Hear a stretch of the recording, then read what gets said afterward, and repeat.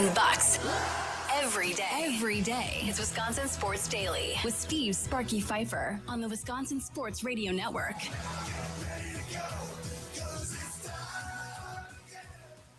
It is that time again. Welcome in a Tuesday edition. Hope you are well. It's not Tuesday, though. It's Monday. We're close. I was only off by one day I today. have Monday on the sheet, so it's not my fault. No, it was not your fault. I don't know why I said Tuesday. I've been gone for a couple of days, so you would think it might be, I was a little out of it. Nope. No. Sparky's the one. Totally me. That's why I should always read what's on my sheet. Monday, June 1st. Happy June to you. Christmas is in December, so we're about halfway there. We're about halfway. We're about, let's see here. I put the trees up day after Halloween, so we're closing in here. And you still haven't fully put them away? No, they're all gone. They're all fully gone and so forth. However, there is some progress that's about to be made in that here in the next month or so, because the storage unit prices have gotten so absolutely exorbitant that we have now decided that to hell with this. We're just going to throw a bunch of stuff out in our garage and just keep our crap in our garage versus going back and forth. The reason we have went to a storage unit, climate controlled, was because we were seeing not great effects on our fake trees when they were outside in the heat in the wintertime. That's why we eventually moved them. So we may give it a shot again. Just start putting them up around here. Just $189 a month for a storage. That's crazy. Dude, you're crazy. That's nuts. I would not be doing that. No chance. It's like, start at $100 and within 6 months you're at like $189. It's like, yeah, no. Obviously, everybody's paying it because all these storage units are full. But and again, it's climate controlled, so I understand what I'm paying for. I feel like that should be the standard for storage units nowadays, though. Having climate control, that doesn't seem that hard. You see storage units out like in the middle of a farm field. Hey, here's 12 storage units. Come store your stuff here. And when you're out in the middle of nowhere, that's really the place people have to go. And right. I guarantee you, they're not climate controlled. Probably not. No. Coming up on today's show, Tim Dillard, Brewers TV analyst, will join us coming up here in about 15 minutes. Looking forward to that. We'll talk about the Crew some more, but in a different way a little bit, right? Jerry Augustine, former Brewers pitcher, and more importantly, former Panthers manager as well. The last time the Panthers were doing what they were doing when getting to the tournament, and they beat Rice, I believe, if memory serves correct, who was a 1 seed. Jerry Augustine was the guy leading the Crew, and now Milwaukee, after last night's loss, now in a do or die situation today against Auburn. Auburn's pitching was filthy. That second guy they brought out of the pen last night, I was actually watching the game last night. I'll admit, seventh inning, I turned it off. I was like, okay, we're done. And I went to bed. First of all, briefly on that, the second dude they brought in the game, the Panthers, had like a 6+ ERA. Okay. And he gets through one scoreless inning. He gets through two. He gets through three. I'm like, okay, well, how much are we going to press this? And they left that poor kid out there to dry, I tell you, before this whole thing was done. Now, again, all I'm going to say is, just from a standpoint of watching youth baseball, watching the Brewers, I'm guessing they have their guys they want to make sure they have able to pitch today. If they lose that game, they were already chasing, and they were down. Starter gave up 5 runs, so they were chasing 5-1 already. So I'm assuming once that dude started going sideways, that they were like, okay, it's over. We'll fight tomorrow, and we'll have all of our best arms available tomorrow. That's all I can come up with, because once you got 3 scoreless innings out of them, I would have been like, okay, that's good. Switch them out. Let's get somebody else in there. And then by the time they switched them out, it was completely over. Something similar happened in the softball playoffs going on right now. A UCLA pitcher, she threw 200 pitches in a game because she gave up 7 runs early on in the game. UCLA almost came back from that game. I don't think they ended up winning, but they scored 6 runs to get it at least within 1, and they kept her in the entire game. She threw 2 strikeouts in the end of her appearance with the bases loaded still too at 200 pitches to get to 200 pitches. Crazy. I would have everything on my body torn if I threw 200 pitches. I don't care if it's softball or if it's overhand baseball. There is no way my shoulder is handling 200 pitches. No shot, man. That's absolutely absurd. Give her a contract or something, man. Get her out there, because that's impressive. That's crazy. All right, so we'll get to Tim Dillard. We'll get to Jerry Augustine. All coming up on today's show. We're going to do a poll question today before we get into the Brewers stuff. And it's about the Bucks and Giannis, okay? Because there's a million different proposals that are floating around out there about what potentially the Bucks could trade Giannis for. And everybody seemingly wants to argue with everybody about everything, right? Because you have, this is the offer from the Heat. And then you have Heat fans. There's no way we're giving up that much, blah, blah, blah. And then there's offers out there from Oklahoma City. And then you have Thunder fans. There's no way we're doing that. You're in fantasy land. Okay, fine. So I don't think anybody really has any idea what the hell is going on out there. But we do have trade proposals that are floating around out there that involve centerpiece players, because there's going to have to be a centerpiece player in any deal coming back from Giannis. You are not going to be able to trade Giannis for just draft picks and get no players back. So there's going to be a centerpiece player. So I told Charlie, I was like, let's make a poll question on who would you want to be the centerpiece of a potential Giannis trade of the names that are out there. I picked 3 names. Now, if you have other names that you would like to add into this, then just tweet us or text us. And then Nicolay Law Talk at text line. You can do that as well. 414-677-1250. Always here for you until 5 o'clock. Then Tommy Wirtz here with the leadoff show till 6:30. Evan Mobley, Cleveland. Tyler Hero, Miami. Or Chet Holmgren, Oklahoma City. Those are the 3 names that we put out there. When there was talk early about Mobley potentially in Cleveland, everybody was like, I don't want Evan Mobley. Why would I Evan Mobley for? He's not going to win a championship. And now Chet Holmgren, after his no-show, literally, in that game yesterday, now everybody wants to put Chet Holmgren into a deal if the Thunder are going to make a move to try to go get Giannis. A couple different things. Number one, I blame Daigneault. I blame SGA. Those 2 specifically for that fiasco with Chet Holmgren. It's their fault. And nobody's going to blame them, but that's who should be to blame. Like Stephen A. Smith just going off. Chet Holmgren should go to Milwaukee for Giannis or whatever else. And Stephen A.'s point is exactly right. He's like, hey, if he takes 15 shots and hits 2, I can live with that. Hey, it's a bad shooting night. But you took 2 shots in the game, man. 2, right? So, to me, that's SJ. Do you think Kobe Bryant's going to let Pau Gasol take 2 shots in a closeout game when he's your second star on the team? Hell no. I would Kobe's going to be like, shoot the ball, you idiot. Let's go. Right? He's going to be in his face. SGA's got to do something. Like, you've got to get him going. And I don't know where his head was at last night, but it wasn't on the offensive side of the floor. So that's a problem. Then you have a manager in Daigneault or coach. That's another one at timeout. Hey, man, I took the box score. He's got 1 shot. We're in the second quarter. Let's run some offense for Chet here. That Daigneault specifically should have been running offense to get him going. Because without him offensively, you left SGA out there with nobody. I think just overall, he needed to get somebody shooting the ball outside of SGA. I don't care if it was Chet. It could have been Lou Dort. It could have been Kesson Wallace. It could have been Jalen Williams off the bench. Hey, Wallace wasn't bashful. Well, he wasn't bashful. He was shooting. No, he still only took 10 shots. Yeah? Like, if you're seeing Chet Holmgren take 1 or 2 shots, you're seeing Isaiah Hartenstein going out there and taking up space for 21 minutes of this game, only taking 7 shots. Lou Dort for 60 minutes taking only 4 shots. Like, get other guys into the rotation that are going to shoot the ball and at least try to go out there and take advantage of a moment. The reason the Spurs won this game at the end is because Luke Cornett took advantage of a moment that when Victor Wembanyama sits down with the foul trouble to come out and make it an aggressive defensive play to help win this game and seal it for the San Antonio Spurs. You need moments like that from everybody on this team. And it feels like the Thunder went into this playoffs just way too nonchalant. And I know that's their whole style. They're supposed to be the cool guys. They aren't worried about anybody. But when you're in games like this where you need to be worried about something, when your playoff life is on the line, you have to play better, play with some more urgency. And it did not feel like that at all in a game 7 that they lost. That is something I don't quite understand, because you knew that Wemby has an axe to grind with Chet Holmgren. I'm not sure Chet Holmgren did anything like trash talked him at any point or anything like that. But there's all these videos out there of when Wemby lost his mind when Chet won an award back when they were like teenagers. And he has been holding it against Chet ever since. Okay, great. Like, I'm not going to sit here and tell a guy not to use somebody to go be motivated against or whatever. Like, if that's what's going to motivate Wemby every time he sees Holmgren, then go ahead, motivate away. The problem is that when you're Chet Holmgren, you got to know that you're a target.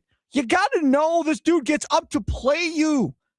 For the longest time, everybody started talking about LeBron and passing the torch to Giannis.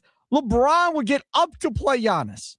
He would get up. You could see him get up to play Giannis. You knew that. And when you're telling me Kobe Bryant and Michael Jordan, you're telling me Michael Jordan didn't realize Kobe was trying to be Michael? Of course he did. Now, he was younger, but still, he knew what was happening there. You know.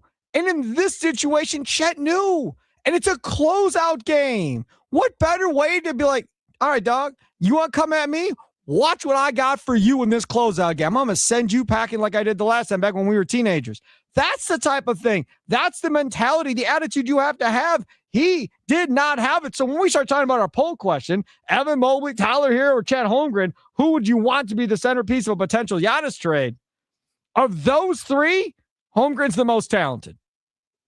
He's the most talented. Physically, he's very small. I mean, tall, yes, but no muscle really you speak of. He's very rail thin. That drives me nuts. It drives me nuts with Wemby too, and Wemby's making it work. But so you have that. He's a really good defensive player. We've seen that throughout the year and got awarded for it at the end of the year. But the mindset of how he plays must change if he is going to be the centerpiece in a Bucks deal. Has to change if he's going to be a centerpiece. That I could not believe it. I didn't understand how nobody was in his grill yelling at him, trying to wake him up out of his slumber that he was in. Like, dude, wake up. You've got to score. Let's go. And they just all let him be lackadaisical. Now, again, maybe there was something off the court that we don't know. Something in his personal life that was distracting his brain and would not allow him to get involved. But all the more reason for somebody to get him involved one way or the other. Right. And I think going back to like Mark Daigneault, this is really kind of more on him in my mind. You just kind of look at the lineup that they have out there. I think if you wanted to try to beat the San Antonio Spurs with more offense, I think you find a way to get a Jared McCain into that starting lineup. You find a way to get Isaiah Joe some minutes in this game. Guys who can shoot the lights out of that ball and give you that opportunity. But that obviously wasn't their plan with putting Isaiah Hartenstein and Chet Holmgren on the court to start this game in a playoff series later in the year. And I know they've run that lineup before. It's to play defense against a team like the San Antonio Spurs and hope that you can just keep them to a low enough score that SGA, a guy who scores 30 points a game, typically can go out there and just outscore them himself. But that's not going to work when, like you're talking about, Victor Wembanyama has this different mentality. Dylan Harper has this different mentality. They're going out there and wanting to just beat the crap out of you. And you go out there with this idea that you're just going to play in a system that maybe works in the regular season sometimes, but may not work now in a moment where you just need guys to start stepping up. Hey, Charlie Hughes and C. Sparky Pfeiffer here. Let's get to Trail, north side of Milwaukee. You're next on the Nicolay Law Talk and Text Line with me, Steve Sparky Pfeiffer. What's up? Hey, how you doing? All right. Before I answer your question, Sparky, I got a couple of things I've really been upset about with this Bucks discussion. First thing is that I found it quite funny how the media is trying their best to bring up so many negatives about Giannis. Yes. All of a sudden. Yep. To like drive his value down or something. Like, correct. It's just killing me. Keep hearing it from everywhere. The next thing is that, I don't want any of those guys. Evan Mobley, I'm like, no, okay, he's a nice player or whatever. No. Chet Holmgren, no, I just don't think he has that dog in him. Correct. And Hero, not him, but I think the most talented player that in a deal that the Bucks are probably going to end up doing is Khalil Ware.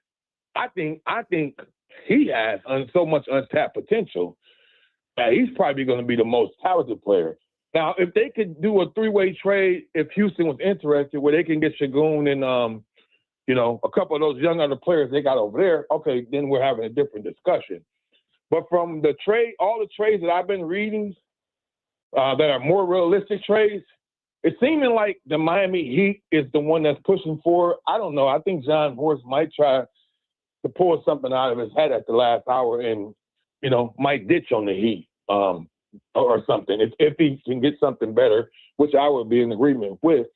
But if they do trade him to Miami, I think Khalil Ware has the most untapped potential. And I really like the coach that we have right now to get whatever and anything out of that potential that he can get. So that's where I'm at. All right. Sounds good, man. I appreciate it. I'm with you. Like, none of those three guys do much for me. But of the three, I think Holmgren obviously is the youngest and has the most upside of the three. The problem I have is the mentality which he plays with. And I don't know if that is fixable or not fixable or whatever the case may be. But that's what concerns me about that dude. Coming up next, Tim Dillard, Brewers TV analyst, joins us for his weekly hit. It's Wisconsin Sports Daily, live from the Wisconsin Sports Radio Network studios, powered by the Potawatomi Sportsbook. Sparky here.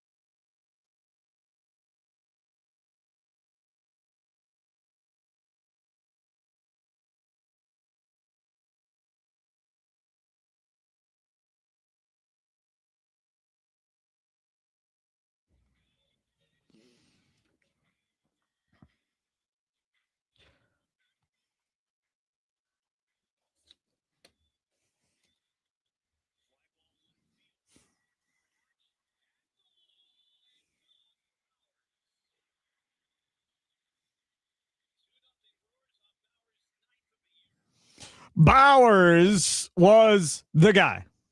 He just was. He was the guy. Made a highlight defensive play. Came up with a big home run. The only runs for the Brewers are that 2-run shot as they take another series. They literally lost one series, I believe, in the month of May. That was the Dodger series. That was it, man. One series only. For a team that's not playing well, according to Pat Murphy, they're still figuring out ways to win, which is a sign of a really good baseball team. He's a former Brewers pitcher. You can hear him on his podcast, Buses, Benches, and Baseball. It's time to hear from FanDuel Sports Network Brewers analyst, Tim Dillard, as he joins Wisconsin Sports Daily on the Wisconsin Sports Radio Network. All right, fair warning to Tim Dillard, who joins us now on the guest hotline, powered by Gruber Law. One call, that's all. This interview is going to be all over the place. We're going to go in a million different directions. None of it's going to make sense. But before you know it, it'll be over, and you won't have to talk to me again for another week, and it'll all work out for you. Tim, I heard you say something on the broadcast that I don't think I've ever asked you, and so I'm going to follow up now. You said about Carlos Rodriguez that when he was up here, even though he gave up some runs or whatever else, that you really enjoyed watching him pitch when he was up here. So, not necessarily specific to Carlos Rodriguez, more general question. What do you enjoy? If you're going to a game and you don't know the pitchers on either side, whatever, what are the things you're looking for that, as a former pitcher, you enjoy watching in somebody on the mound? Well, I like watching guys make adjustments over the years. I've been fortunate to be able to see some of these guys for multiple years, and I remember my impression of them, in years past, and what I'm seeing with my eyes. And luckily the Brewers have a ton of young pitching that I get to look at, and that's what's really fun about the whole thing, is because you can see these long careers, and you're seeing the foundation being laid. For some guys, it's really quick. We saw Mizrowski, shoot to the top. And for other guys, it takes a little bit. And for Carlos Rodriguez in particular, I just really like how he's commanding the baseball. He's not going to blow you away with maybe, velocity, but he knows how to pitch. He knows when to use the changeup. He's throwing full count changeups on big guys. And I think it was a little unfortunate, kind of some of the things that happened when he came in first and third, had a lefty up.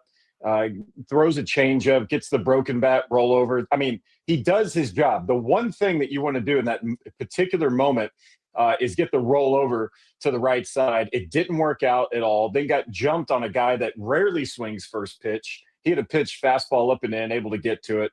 Kind of settled down after that. But I mean, I've seen him in multiple roles now. And this season in particular, I feel like he is becoming a very well-rounded pitcher. It looks like it's almost like backbone beats wishbone a little bit. Years past, not to say he wasn't good, but it looks like he was hoping. I hope this gets an out. I hope this does this. Now I'm saying, I know what I'm doing. Just give me the baseball. So I like seeing that kind of stuff. Just the growth. I mean, of course, you always want to see wins and victories and everyone do well, but that's not baseball. Is there something that a pitcher does or something that frustrates you maybe sometimes with a pitcher where you're watching and you're just getting frustrated, like you want to go out there and shake him and talk to him and make him understand something, where it's either he's doing the same thing over and over again and not figuring it out on the mound, or I don't know. Is there anything there? Because as much as you enjoy watching him, I'm sure there are some things where you're at a game and you're like, oh, dude, this guy's driving me crazy right now watching this guy on the mound. Well, one thing I really enjoy is I don't have to go out there and perform on the mound. So I don't really get emotionally attached to what's going on. I'm able to look at it and be like, all right, I probably know how he's feeling, but there's no reason for me to feel that way. I'm not the one out there doing it and having to go through it. The physical part, the mental part, I mean, just the strain of it.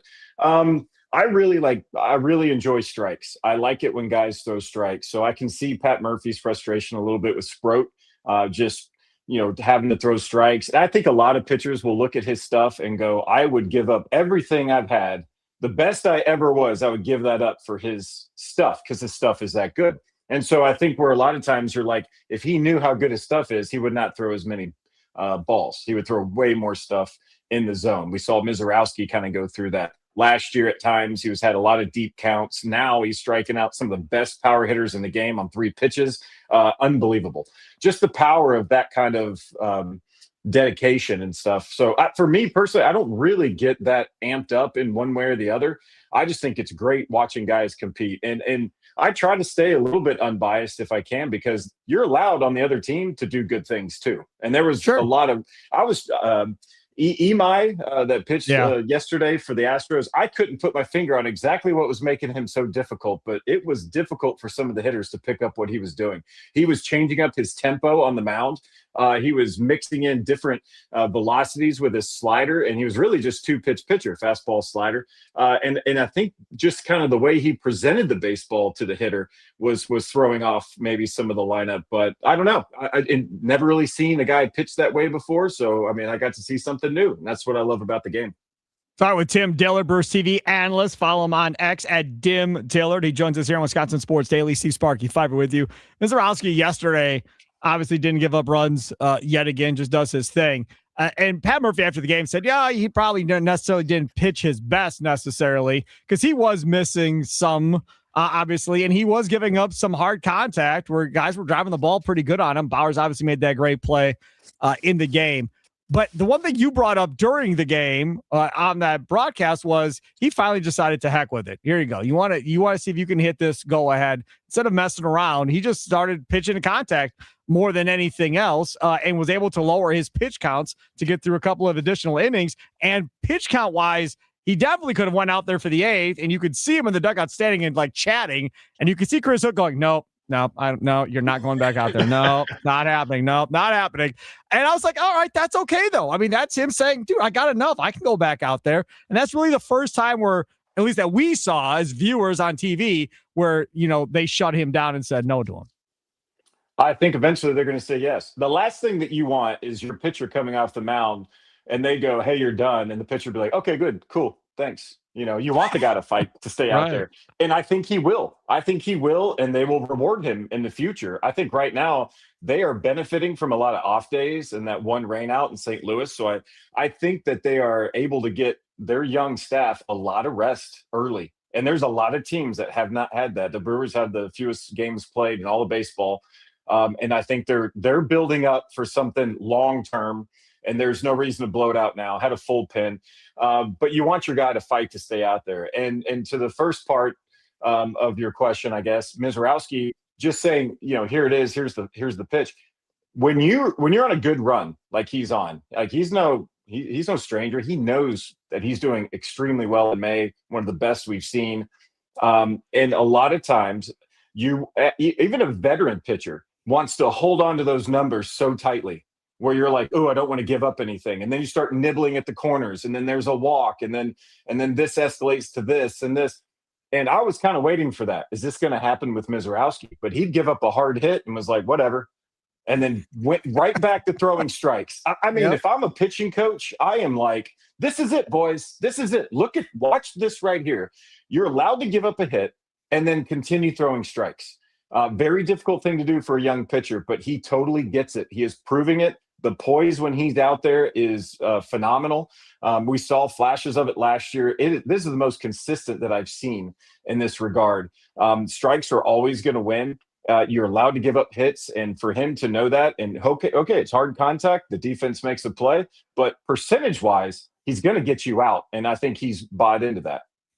What's going on with Christian Yelich? I mean, you said it yesterday. He just didn't appear like he was seeing the ball all that well yesterday, having issues. Anything with any type of velocity up in the zone, it looked like he was really struggling with yesterday, at least.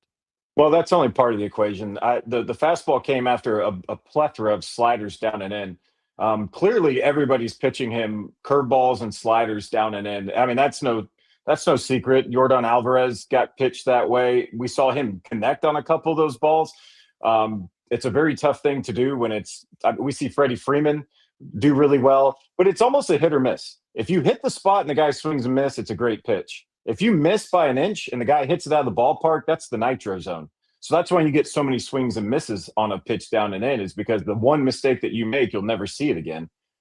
So I think right now that's how he's being pitched. I think yesterday there were several guys. He wasn't the only guy that was having an issue with Imai and just the way he was working the zone and how he was presenting the baseball. And when I say that is he was speeding up his delivery. He was slowing it down. He was mixing everything in on velocity with his pitches, which you just don't see a lot from a 2-pitch pitcher. So it was just very strange. And you could tell that a couple of guys just really couldn't pick up the baseball for whatever reason.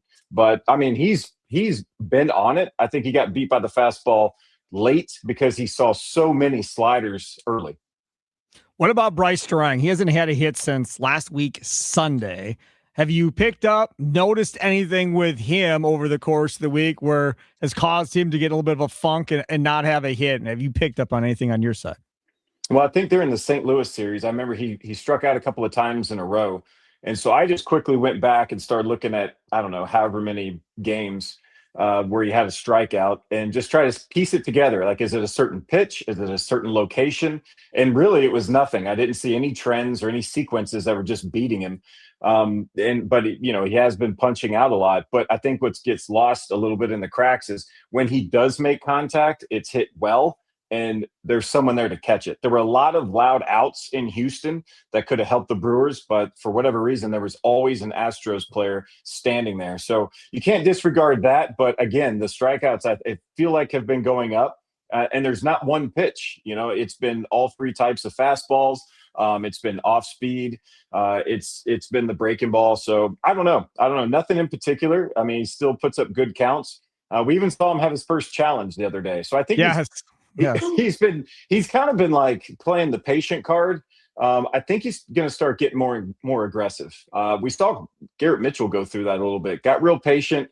Things didn't go his way. Suddenly he starts getting aggressive and got hot there for a while and still kind of is swinging the bat well. So I think we're going to see Terang, now that he's built up all this data, guys are like, oh, he doesn't swing first pitch. He's going to see 6 or 7 pitches every time. I think he's going to be aggressive in this coming series.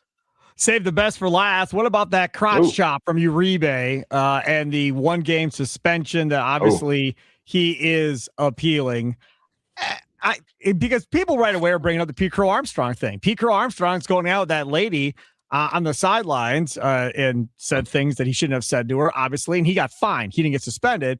And yet Uribe gets suspended for the crotch job. And they're like, Sparky, what's the difference? I said, well, doesn't look like the MLB cares about their fans nearly as they care about making sure there's not a brawl on the field or anything that may involve the players' intentions rising. I don't think this is done between the Brewers and Cardinals. I really don't. Then you have the Ali Marmol thing with pointing at his rib cage and everything else. What did you take away from it? Because, I mean, back in the day, Fielder and Braun, you guys had your celebrations and stuff like that. Nothing derogatory like that, though, at the opposing dugout.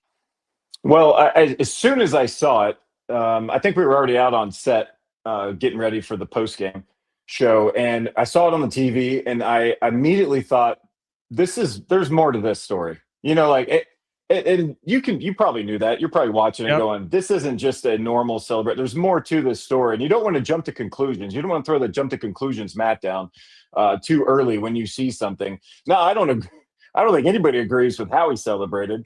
But there's, he goes up and in right before that on the pitch. I think it was a 2-0 pitch and he went up and in. You have to pitch inside. I don't think he was trying to hit the guy in the head or anything like that. I think he was sending a message, and you're allowed to send messages. There's nothing wrong with that. I think you should. I think if you want to be successful as a pitcher in the big leagues, you got to pitch in and you got to be a little bit feared. And I think he wanted to send a message. Again, I don't necessarily agree with the celebration. There's probably different ways to do that.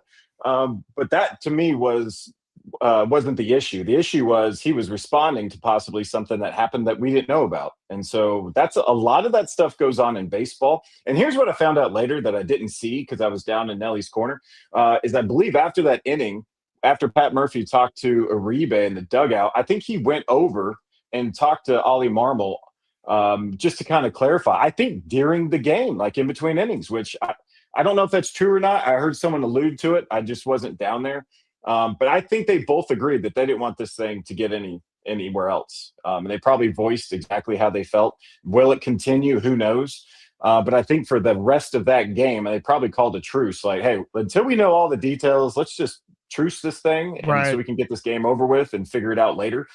There's probably a lot of stuff we still don't know. I bet Pat Murphy didn't know about some of this stuff. That's why he reacted the way he reacted. So, but again, it's Pat Murphy. It's his team. He decides what's acceptable and what's not acceptable. And I think what he found unacceptable was just the celebration more than anything else.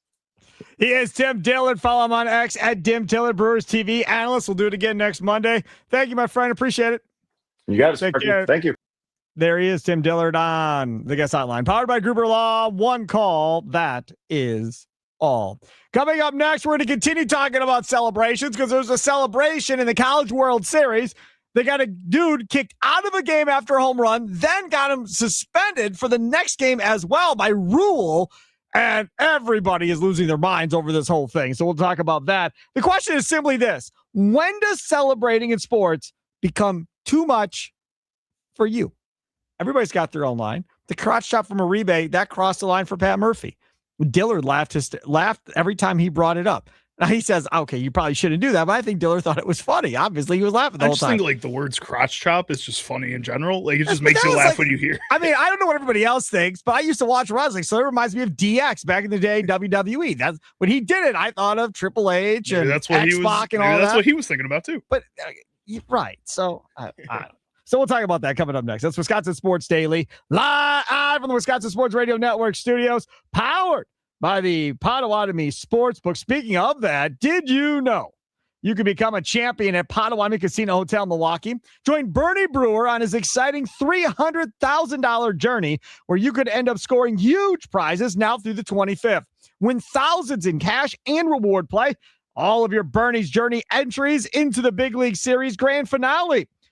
Drawings coming up on Friday, June 26th. Only at Potawatomi. More info online. Must be 21 and a rewards member to play.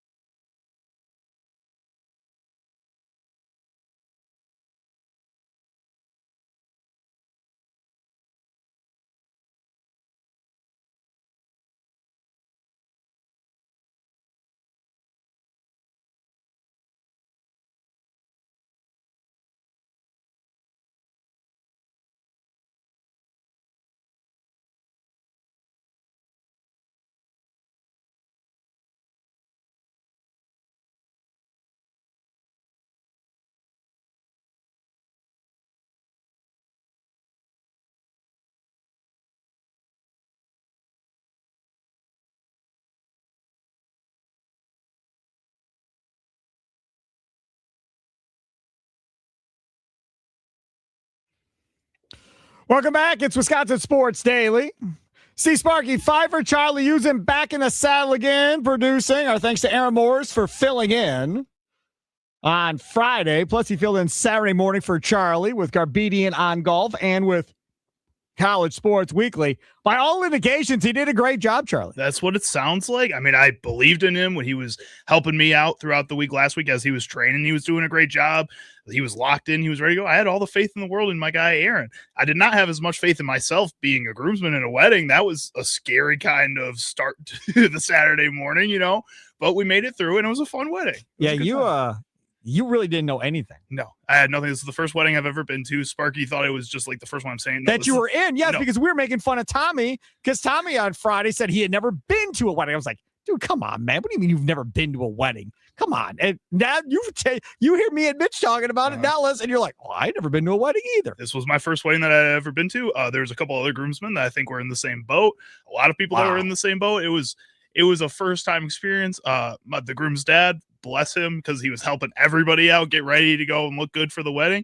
We looked good. The wedding went fine with no hitches. The reception went great. It was a good time. We had a good time. Yeah, man. They spared no expense based on the details I heard off the air. They went all out. It was really cool. I think I need to see a few more weddings just to get comparisons at least. Yeah, nothing is going to – yeah, you're going to have to go to a normal wedding now to see what it's going to look like. Probably. I mean, unless you're going to go party in that place where they party down in Joliet. Yeah. Well, I think that's what helps. I don't know if you've ever been down to Joliet. Like, that's basically the Bears could move there and it'd be the same as moving to Gary, Indiana for most people. Like, it's not always the greatest place. The Bears, they're trying. They're going to be in Indiana. Illinois is trying to call their bluff, and it's the dumbest thing on earth. I don't know why they think they're like bluffing. I was watching that online on X last night with all these politicians talking about what's going on. And then I wake up this morning, they're like, yeah, nothing got done. I was like, didn't talk about it. Boy, oh boy.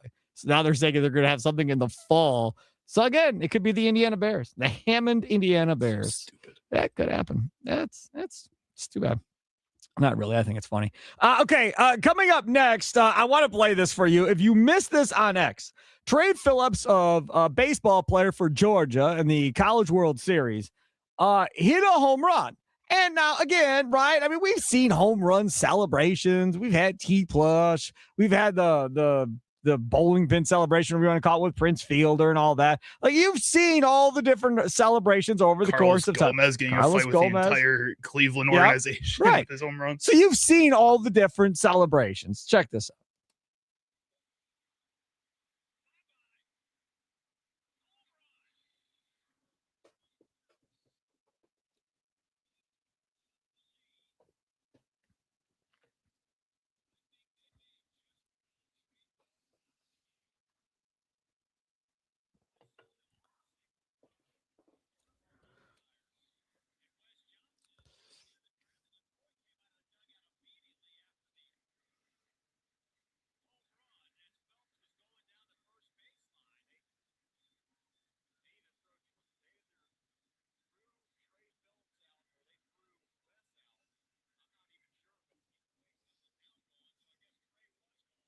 So there you go, Georgia. Play-by-play there on the call of that one.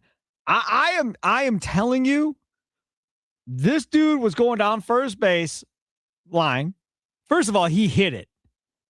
Everybody watching knew that was gone. You didn't even have to see it. You could have just heard it and known it was gone. You heard it there in that clip. It would smoke. He immediately just turns around too. Like, watches it. Umpire goes up, taps him. Hey, start running. Let's go. So, okay. So he starts jogging down first. Now, the story goes that I was able to follow along with on social media over the course of last night is his parents were sitting behind the opposing team's dugout. Liberty, I believe it was. That's where they were sitting. So he was essentially motioning and doing whatever he was doing towards them. Well, as you heard, the Liberty dugout thought it was at them, which is totally understandable and acceptable that you would think that as he's looking at the dugout making motions. And then as he goes around the bases, it's antics the entire way. He does a little spin twirl at third base, coming down towards home base. Baseman is like trying to say something to him. He doesn't, just ignores him, just keeps doing like hand signals and stuff all around. Exactly. It's crazy. Dude, he was like dancing all the way around the bases. But then he gets kicked out of the game for it.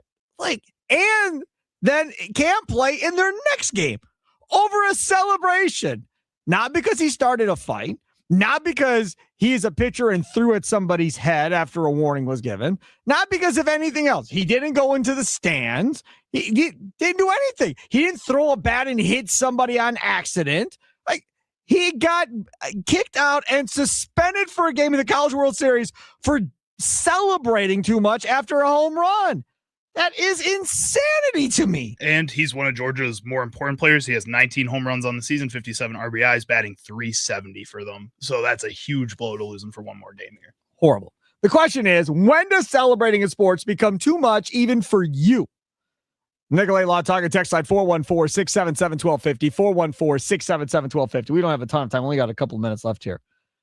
Is there a line for you that is crossed? Because you just got the cross shot with Uribe, and then that's followed up by the Trey Phillips thing here. And I saw somebody on X point out that, hey, you got rid of fighting in sports, and there's pretty much outlawed and banned. Nobody's allowed to fight. So what's happened is all of these guys feel like there's no repercussions. I can dance and celebrate as much as I want because ain't nobody fighting me. This was the 70s. We ain't suspending you. Next time you come up, you better wear extra headgear because it's coming at your head. Like, there's no doubt that would have come at his head the next time he came up if he would have done that back in the 70s or 80s. So from that perspective, I wonder if that's why you're seeing all the showboatiness that you're seeing now, because they all know that nothing's going to happen. I think that is what it kind of feels like, and that's starting at the MLB level. You're seeing a lot of these young players watch people and players at the MLB level do this all the time, and you see them with their different celebrations, pimping home runs. That's the coolest thing to do right now is everybody loves just doing the bat flips, and nobody cares about it anymore because everybody's going to do it at the same time. I think at some point it does become a little excessive, like him doing 18 different celebrations, Uribe going out there doing 18 celebrations, and then the crotch top as well.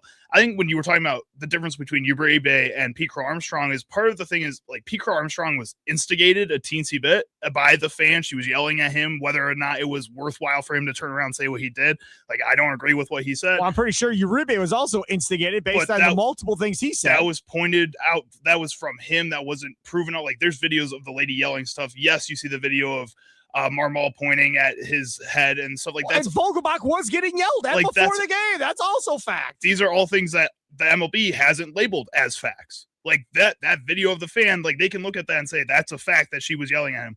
All these other things are conspiracy theories, people saying things he said, she said. Conspiracy theories? What do you mean? They're things that aren't being talked about by the MLB at the top MLB level. They're being talked about by fans at a lower level. So you're saying MLB doesn't care about the Brewer side of this. They're just going to suspend them. On the other side, you can yell and verbally assault essentially a fan if they yell at you and only get a fine. What I'm saying is the MLB doesn't want to do the work to investigate any of this. And Pico Armstrong and the fan was pretty easy to look at that video and see what happened. It's simple. With this, you have to do extra investigation that they don't want to do. They don't care about fans. I said this on Friday, and I'll say it again. It's real simple. They do not care about fans. If Pete Crow Armstrong was yelling screaming at somebody in the opposing dugout and it instigated a fight, he would have been suspended. There's no doubt. If it didn't instigate a fight, nothing would have happened. If Uribe would have come running out the dugout, turned around, and did the crotch chop at the fans in the outfield, nothing would have happened. Nothing. Maybe he got fined. There's no way he gets suspended for that. No chance. They do not care about the fans in this sport. And not that most sports care about the fans. They don't. But that is just further proof that they do not care about the fans in Major League Baseball. That's where I'm going to sit on it. Coming up next, let's talk about the Crew. Our guy, Jerry Augustine, deep ties to the Milwaukee Panthers. Took him to the NCAA tournament just like they're currently sitting right now. And he's a former Brewers pitcher. We'll talk to him straight ahead. It's Wisconsin Sports Daily, live from the Wisconsin Sports Radio Network studios, powered by the Potawatomi Sportsbook. Sparky with you.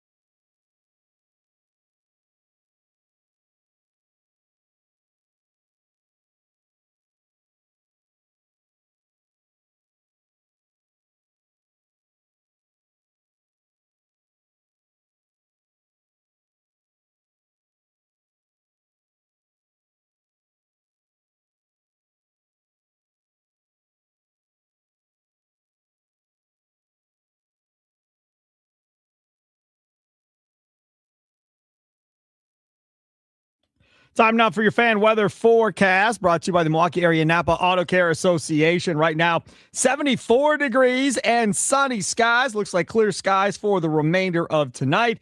A low of 51.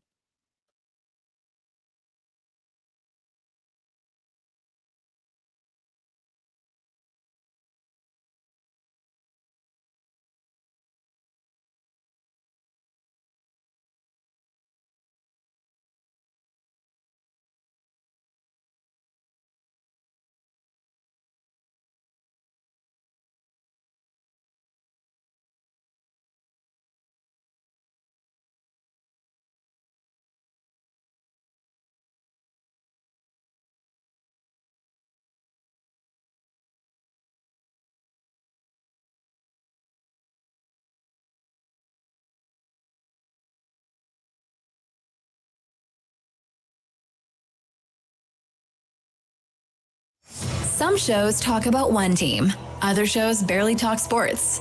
This show will talk Packers, Brewers, and Bucks. Every day. It's Wisconsin Sports Daily with Steve Sparky Pfeiffer on the Wisconsin Sports Radio Network.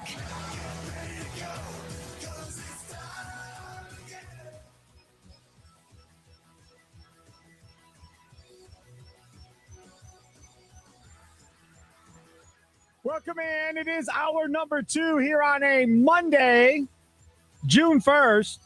Yes, it is June already. Time is a flying by. And it does not stop. Yeah, it hasn't been going like that fast. I feel like It last seems summer, like really fast. last to me. spring, last summer went by way too fast. I feel like it's been going up and down. It feels like I've For had you? really long weeks and then really fast weeks. So last week was really fast. Well, I only had I guess 3 days of work. Yeah. But I know I worked on Monday too. You did, I you did forgot. the I morning worked show with Monday. Mitch All right, on Memorial 4 Day. days Yeah. of working. Right. But like this week, I know it's going to drag all week.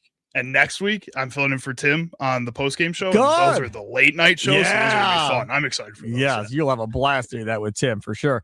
All right. It is 3 o'clock, which means this. It's time to talk about the crew. It's Wisconsin Sports Daily on the Wisconsin Sports Radio Network.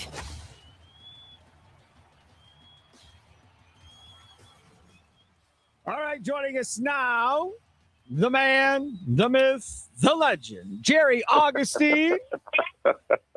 What are you laughing at? He joins us now on the guest hotline, powered by Grouper Law. One call. That's all. What is so funny? The man is okay. The myth, I don't know about, but Spark, it's always great being with you, and we're at a really fun time right now. The Brewers are playing so well, and how about those UWM Panthers? It's just something very special. I haven't seen young Jerry Augustine pictures as much as I've seen him here in the last several days. You're everywhere. Well, you know what? I have been blessed with a great opportunity, and I remember when I was asked to come to UWM, and I was actually asked by a parent who wanted me to come and work with the pitchers. So I went down there, and program wasn't headed in a very good direction. So I talked to the associate athletic director, Doug Beard, at the time. He asked me would I be willing to come aboard, and after some thought, and I was able to get Scott Duffick to come with me. We came on. We had a change of culture around, and we've done some really good things. But just what we did against Rice back a number of years ago, beating Rice, the number 1 team in the nation, in the playoffs. But this is so special. It's so great to see UWM playing so well and just capturing Wisconsin college baseball by storm. It's fun to watch. Who was your pitcher when you beat Rice? Chad Sadowski was a kid that pitched from Oak Creek area. And you know what? He was a big kid that had a really good stuff. But just at times, it's just a matter of commanding the strike zone. And I remember we got off. They scored 4 runs early and came in a little frustrated. And so along with the catching core, I said, let me call a game for a couple of innings. So Todd Ludwig said, you know what? I'll follow you. We call the game for a couple of innings. We got in a groove. We came back. We scored 4 or 5 runs.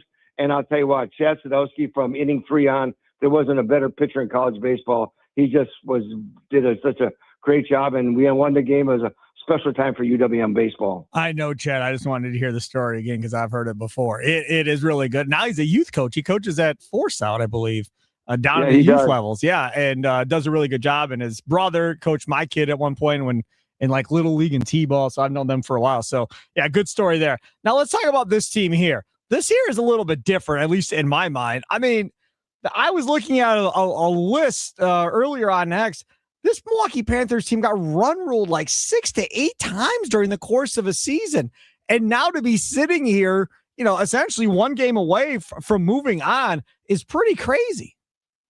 Sparky, when you look at it realistically, you look at it, UWM we're a mid-major sport. Right. We're a mid-major sport. And the way we always, the type of, the attitude and the culture that we built when I was there was we wanted to play the best. Every year we wanted to play the best because that's the only way we could find out how good we are and how good we can be. And so when you do those things, you're going out and you're playing the Auburns and like they're playing tonight, and you're playing Texas. We played Arizona State, Arizona, Oklahoma State, all those teams, Nebraska every year. The Big Ten we played every year. So those are times when you go out, you're playing the best in college baseball. You find out where you are, and that's what Sean Wagner has done. He's taken that same type of mode of playing teams that are really good. That's the only way you find out. But I'll tell you what, you learn a lot about yourself.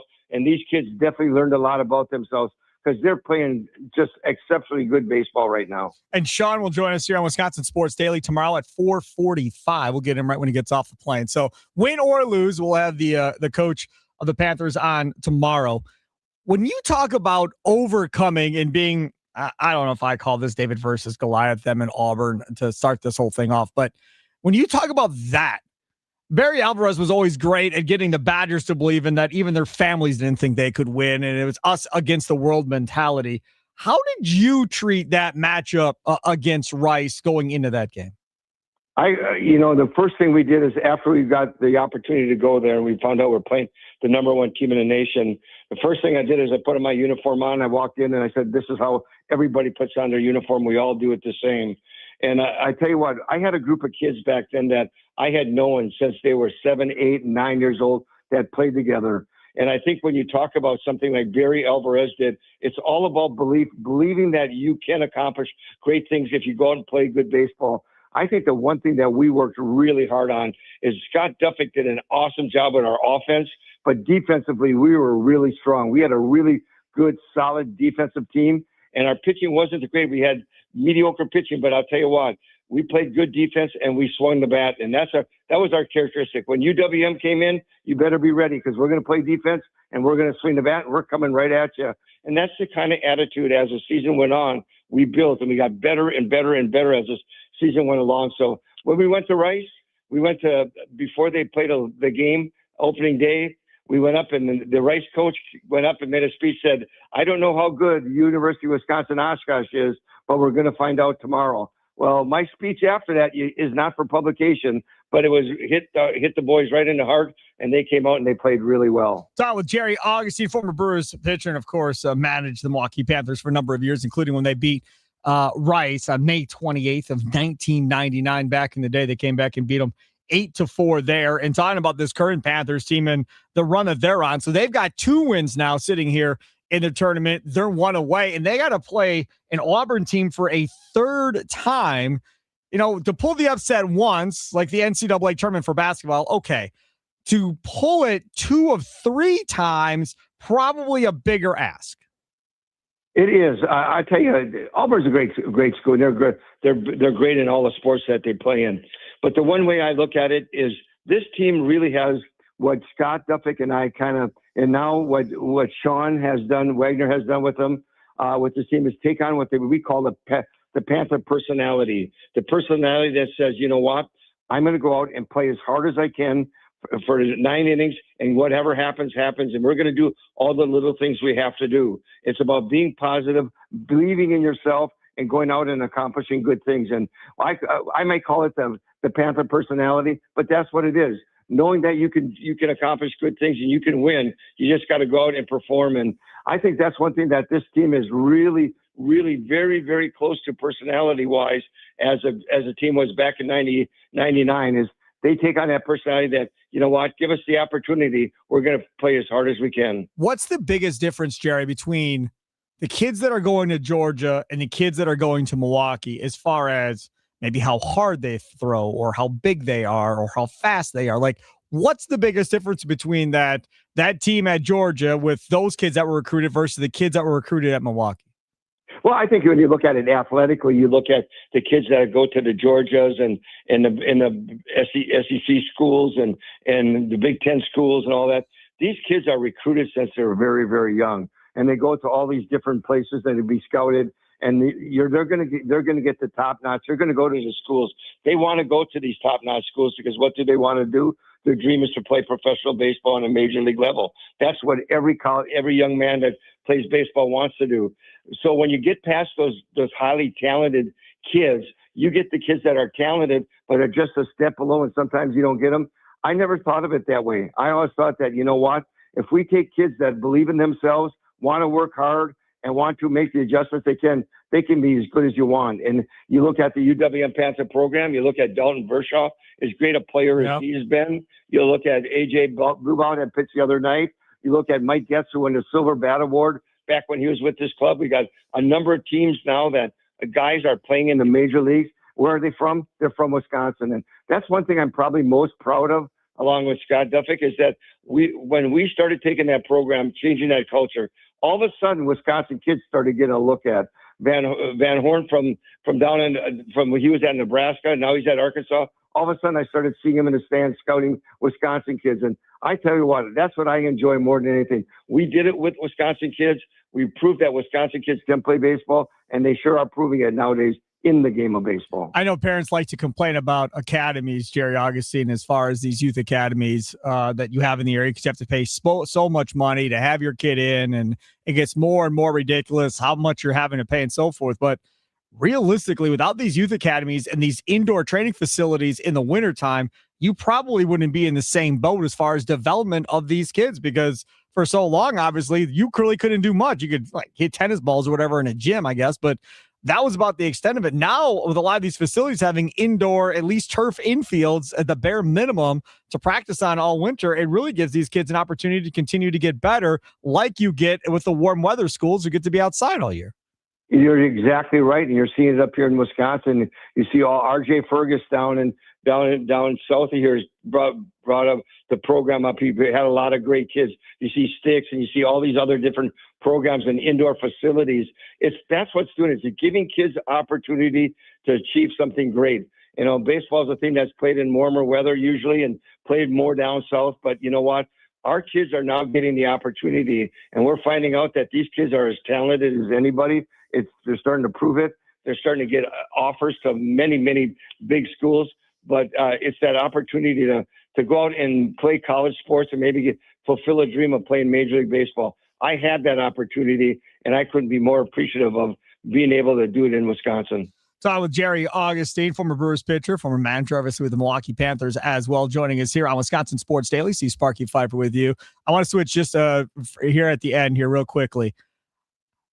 You had the opportunity to see Nolan Ryan up close and personal. I saw Nolan Ryan from the stands. I watched him on TV and all of that.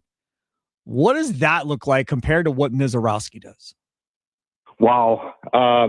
Nolan was, boy, he was something special. It just seemed like he had that lightning fastball that everybody said he threw 100 or better, that the ball would just explode on you. He's the kind of guy he was more of a tall and fall pitcher, that the ball came over the top. His breakable seemed like it started at your shoulders and ended up at your knees. He's just a very aggressive pitcher, and he really commanded the strike zone.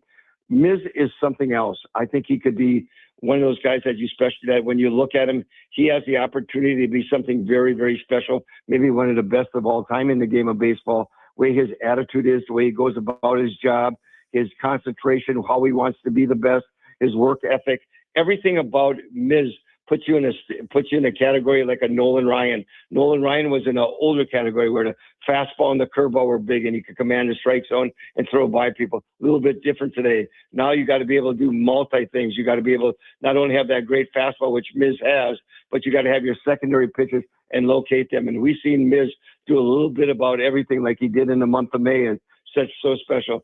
I just like him because I like his attitude. I like the way he goes about his job. He wants to be the best. His work ethic is trying to be the best. And I'm going to tell you what, you put him in the category of Paul Skeens, I'll tell you what, that's pretty special, because Paul Skeens is pretty special. But I'll tell you what, I think Miz is right there with the best of them. It's interesting. I saw a thing on X, and I'm trying to find it now while you're on the air. And of course, I probably won't be able to find it. But there was a comparison between Mizorowski and Jacob deGrom when he was going at his peak as well. And the one thing that seems to be the separator between the two of getting Mizorowski potentially to that next level could be a changeup. And if he's able to throw a changeup well, that just makes everything else look that much better. Is that the one thing he's missing to get to whatever the next level is? I don't think he's missing it. I think he uses it when he needs to. I think Miz right now is in that educational part of his career where he's understanding that I can go out and I can have a day when I go out and I just blow people away and throw to 55, 56 pitches over 100, or I can go out there and throw maybe 20 or maybe 10 over 100 and use my breaking ball, my secondary stuff. I remember a game, Sparky, back, and I don't know if you remember this. I think it went to the 5th inning. He had a left-hand hitter up, and he hadn't thrown any changeups the game before at all. Came in there, had a pitch, had a hitter 1-2, threw a changeup perfectly down in the zone. He's got it. It's just a matter how is he going to use it in his repertoire of pitches. And he's learning. He's still a student. And he's learning the game. But I'm going to tell you, he's learning the right way. He's understanding it, throwing strikes. He's captivating when he's in the game. Everybody likes when he pitches because it's a holiday, because it's the Miz Day. But I'm going to tell you what I appreciate more is the way he goes about his job and how he is able to manage not only that great fastball, the locations, but his secondary pitches as well. You made a brilliant point.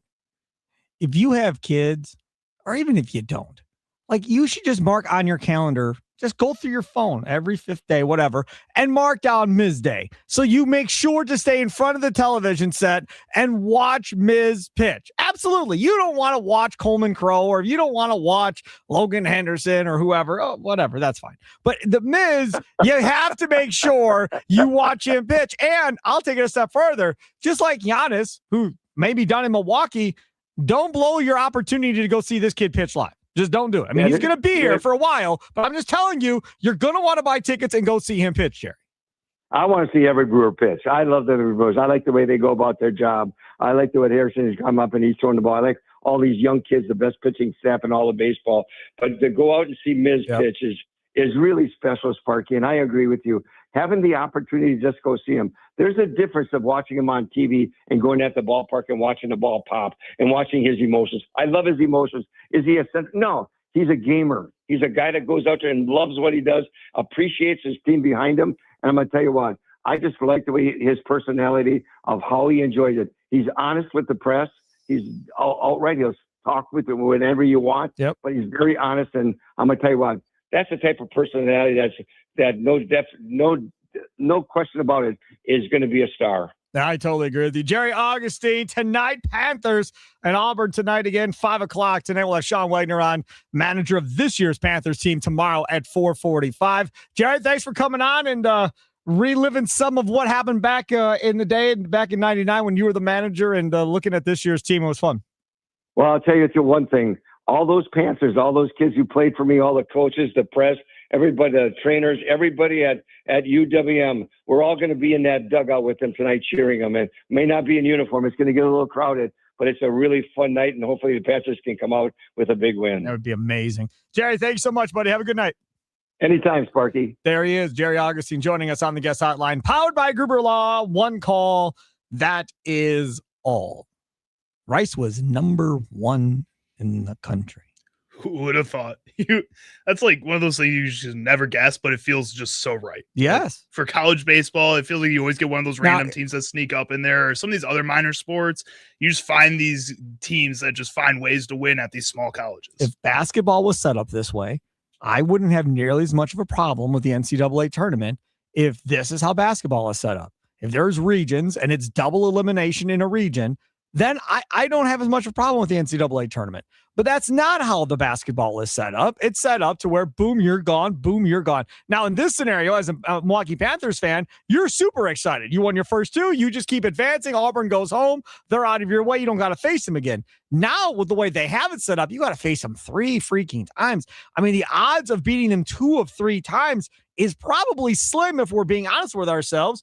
but we're all going to be watching to see what happens. And you might be able to figure it out. And when you do, or if you do figure it out, that's such a crazy moment. It might be even crazier than some of those upsets in basketball. Yes. And if they win this one, it'll be crazier than winning the first time, I think, in my opinion. Because in my opinion, this is a bigger deal than the first one. I would say so. Because now there's pressure on both of you, where in the beginning there wasn't pressure really on either one. Even if you lose, you still have to lose again and get knocked out. Now there's pressure on them. They have to win. And you have to win. And if you still beat them a second time, man, please. Well, and I mean, like, I guess I don't feel like there's as much pressure on UWM as there is Auburn. I mean, you're going out there up against Nobody wants to go home. Nobody wants to go home. But at the same time, if you're Auburn and you're supposed to be Auburn and you're losing to UWM, who's just this all of a sudden out of nowhere team, like, you have to be a little embarrassed by that. But it's really cool for us here in Milwaukee to watch. No doubt. Got one on here on the Dugout YouTube chat from John.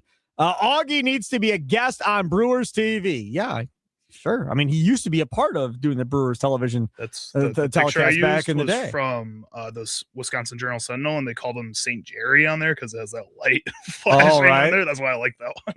Yeah. So again, they used to have him on all the time. I would assume the Brewers will do something with the Panthers, at some point here later in the summer to honor them getting to the tournament and winning a couple of games if they get knocked out tonight or if they go farther, whatever. I would think at some point they'll have the Panther team probably at a Brewers game, you would think. Coming up still, Charlie's Sounds of the Day comes up here in about 20 minutes.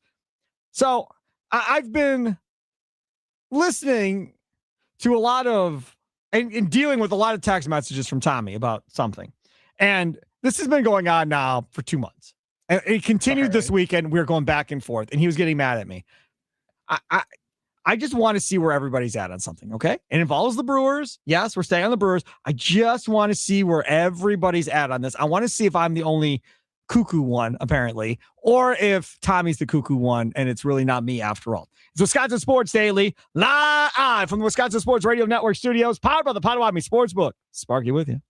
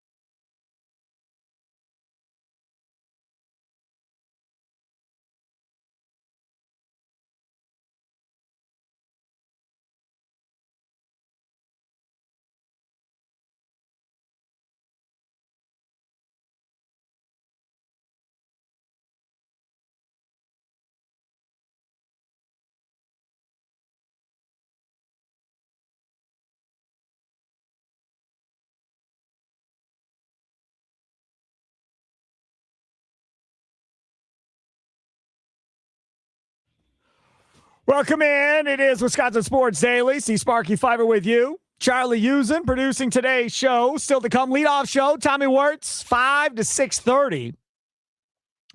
Speaking of Tommy Wirtz, out on location coming up on Thursday. Game 4 of that series against the Giants, an afternoon game. So noon to 1 will be the leadoff show with Tommy Wirtz at the Explorium Brew Pub version. It's called Explorium Distilled. Right there in the Deer District across from Fiserv Forum. So if you're in southeastern Wisconsin, you want to go hang out, let's check it out their menu today. It looks really good. So they're in the old Good City Brewing space, it looks like. So Explorium Distilled. Tommy will be out there from noon to 1. Then Thunder will join Tommy, and they'll do the Mason Crosby show from there from 1 until 2. And then the post-game show with Tim Allen, he'll be there with Tommy Wirtz from 4 until 6 that afternoon. So if you want to come and hang out with those guys and watch the game and have some great food and some beverages, I'm not sure if we're going to have rain by that point or not. I know we're getting rain at some point this weekend. I thought it was Friday. So we should be good then. So yeah, so it should be a beautiful day. Come hang out at Explorium Distilled. Again, coming up on Thursday afternoon. Some news on the Brewers while we were in break, Charlie. Yes. So Bob Nightingale, our friend and MLB writer, posted earlier on X about 4 minutes ago that Ben Rice and Jacob Mizorowski have been named the AL and NL Players of the Week. That's just good. That's a young race. I'm telling y'all, this is something else. It is something else. You have 4 to 5 starters that I think have their name in it. I think you probably have 2 to 3 relievers that might have their name in the Cy Young race too. With the way like Mason Miller is playing, you see a lot of these players are just phenomenal across the league. You guys aren't hitting them, but if they are, you look like one of the best hitters in baseball automatically. It's really awesome. They were talking about this last week or 2 weeks ago on the post-game show as far as how many all-stars you think the Brewers may end up getting at the end of the day into that game. And Tommy Wirtz earlier today on the Mason Crosby was saying that there is absolutely no chance that there is a 0% chance that Jake Bauers isn't an all-star this year. He's like, there's just no chance. He's played too well to say that there's 0% chance that Jake Bauers is an all-star. And that's true. For the rest of his career, there was always a 0% chance that he was going to be an MLB all-star. This is my question. It's real simple. We're 2 months in. Not 6 months, not 4 months, 2 months. 2 months in. Who's the biggest surprise for the Brewers? For you as a fan, who's your biggest surprise? Well, again, we don't got a lot of time. We're always running short on time. But who is the biggest surprise to you as a fan? There's no right and no wrong answer. I just am having my own little informal poll to see if everybody's mind goes to the same spot where my mind goes to when we had this conversation. Nicolay Law Talk and text line 414-677-1250, 414-677-1250. Dugout YouTube chat open as well. Don't forget streaming the show live at WI Sports Radio on X, on YouTube, on Instagram Live, and on the Fan Milwaukee Facebook page as well. We got a like over there on the Fan Milwaukee Facebook page. Thank you, whoever you are, for liking us. Bruce. There. Thank you, Bruce. Bruce. Thank you, Bruce. Appreciate you, Bruce. Okay, so Charlie and I had this conversation. And I think for a lot of people, it's Mizorowski. Like, holy hell. We did not think he'd be this good consistently every time he seemingly takes the mound. He's just dominant. Because, again, you saw him pitch well the first few outings, like no hit ball well. But he was getting deep into pitch counts, could only go 5. And then he got hurt on that comebacker. So then they sat him for weeks, and then he came back, just really didn't pitch all that well after that. And then he turned it on in the postseason when the lights got bright and looked like Miz again. I'm not quite sure outside of Enosaurus of The Athletic, who in his bold predictions had Mizorowski winning the Cy Young Award. Outside of him, I don't think anybody really thought he'd be this good, this quick, especially not this consistent, Charlie. No, but he also still had this ceiling. And I think a lot of people looked at Jacob Mizorowski coming up in the Brewers system that first year last year and saw that he had this type of Cy Young potential in him. And I think that, yes, while it is getting to that point faster than a lot of people thought it would. At the same time, this is where people thought he could be. So as much as it's surprising, it's still expected. I think with a Jake Bowers, with some of these other people, with an Aaron Ashby, that's another name that I want to throw out there. These guys, we thought we saw ceilings for those types of players. And so far to start the season, now in these first 2 months, both those guys have over exceeded those ceilings. And I think that's a lot more surprising than a guy who's reaching his ceiling. So now we talk about Ashby leading the league in wins. Like you said, no, didn't see that one coming. Didn't see Mizorowski. Kyle Harrison. Anybody see Kyle Harrison No pitching like this? shot, man. I mean, we all thought he'd be better with Chris Hook. A nice like 4-starter though. But you can argue, was in the Cy Young conversation too with his ERA right now. And to be a Giants fan, having to watch him play your team tomorrow, oh my goodness gracious. I would be just besides my fun. I would be besides Giants myself. have started to look a little bit better. That offense looks a little less sleepy now. Adames just hit a grand slam. Yeah, no, I agree. They're coming. I'm just saying, as a Giants fan, you had him. He was your prospect. He was your guy, and you couldn't get him to look like this. And then he gets to Milwaukee after a pit stop in Boston and looks like this. So I think you could justify him as a surprise this season as well. Joey Ortiz sucking, not a surprise. Rengifo not being that good, that's kind of a surprise. I didn't think he was as bad. His numbers look better. If you look at, as Tim Allen would say, the back of his baseball card, they don't look this bad. It just doesn't look this bad. And he's been bad. I think if you have to have that argument of, but like just look at his stats, that says a better than what you're seeing. That's a bad argument. Like that's not going to be an argument that lasts long term for a player like that. I think the most surprising thing maybe David Hamilton hitting a home run this weekend. That was pretty crazy. I didn't see that coming. Hell no. No. Maybe he'll hit 2 or 3 this year total, whatever. He's starting to hit the ball a little bit better. He's starting to get there. Defensively, he's not the worst in the world. He's a guy who's kind of the opposite of Rengifo in my mind, where when I do watch him, I do feel like he's probably a better player than what his stats are saying, or more useful to the Brewers than what his stats are saying. And that's part of the reason he consistently is fitting into that lineup for them. Whereas again, Rengifo, you're arguing with the stats, but when you're watching the game, it just feels like he has a very low to zero impact. Correct. So those guys aren't it. Contreras is Contreras. No surprise there. Terang, everybody was like, oh, here we go. He hasn't had a hit since last Sunday. So he's in a funk right now, but still really good nonetheless. I don't would consider that a surprise. Christian Yelich, healthy, not healthy. No real surprise there with Yelich. Maybe Sal Frelick being bad is a surprise.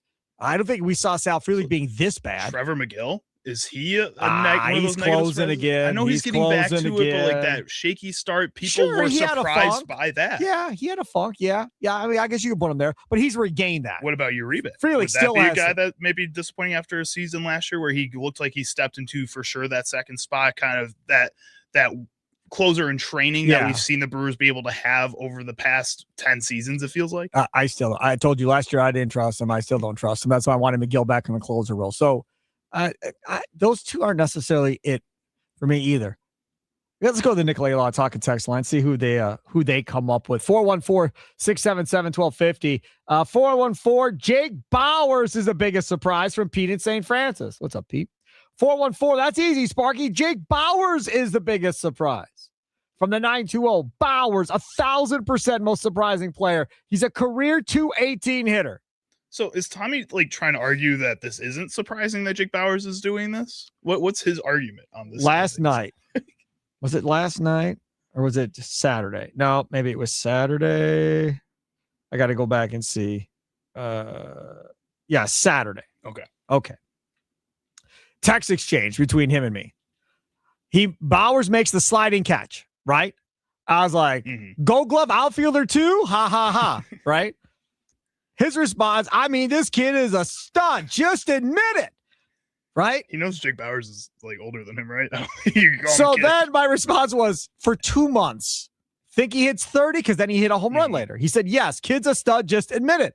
I'm like, if he does this for 2 years, I will. 2 months certainly doesn't justify it.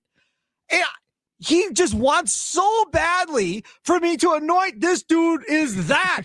I can't do it. Like, I'm happy he's really good. I really, really am. And I hope he plays like this all year. He's gone because there's no way they're going to be able to re-sign him if he puts up a monster year. I'm just telling you now, there's just no way. So Either way, I hope he does well this year. I hope he does well for the future in his career. But I struggle to buy all the way in that he's going to do this for 6 months because there's no track record of maintaining this. And Vogelbach gets a lot of credit for clearing his head when he's in the batter's box, and it's worked. And I'll take it a step farther. Most teams that go to a World Series have a couple of these players. They are played just out of their mind for whatever reason that year, and they're the difference in where you thought you were going to be versus where you ended up being. So if they're going to be a World Series team, you need a couple of Jake Bauers on this team to get there.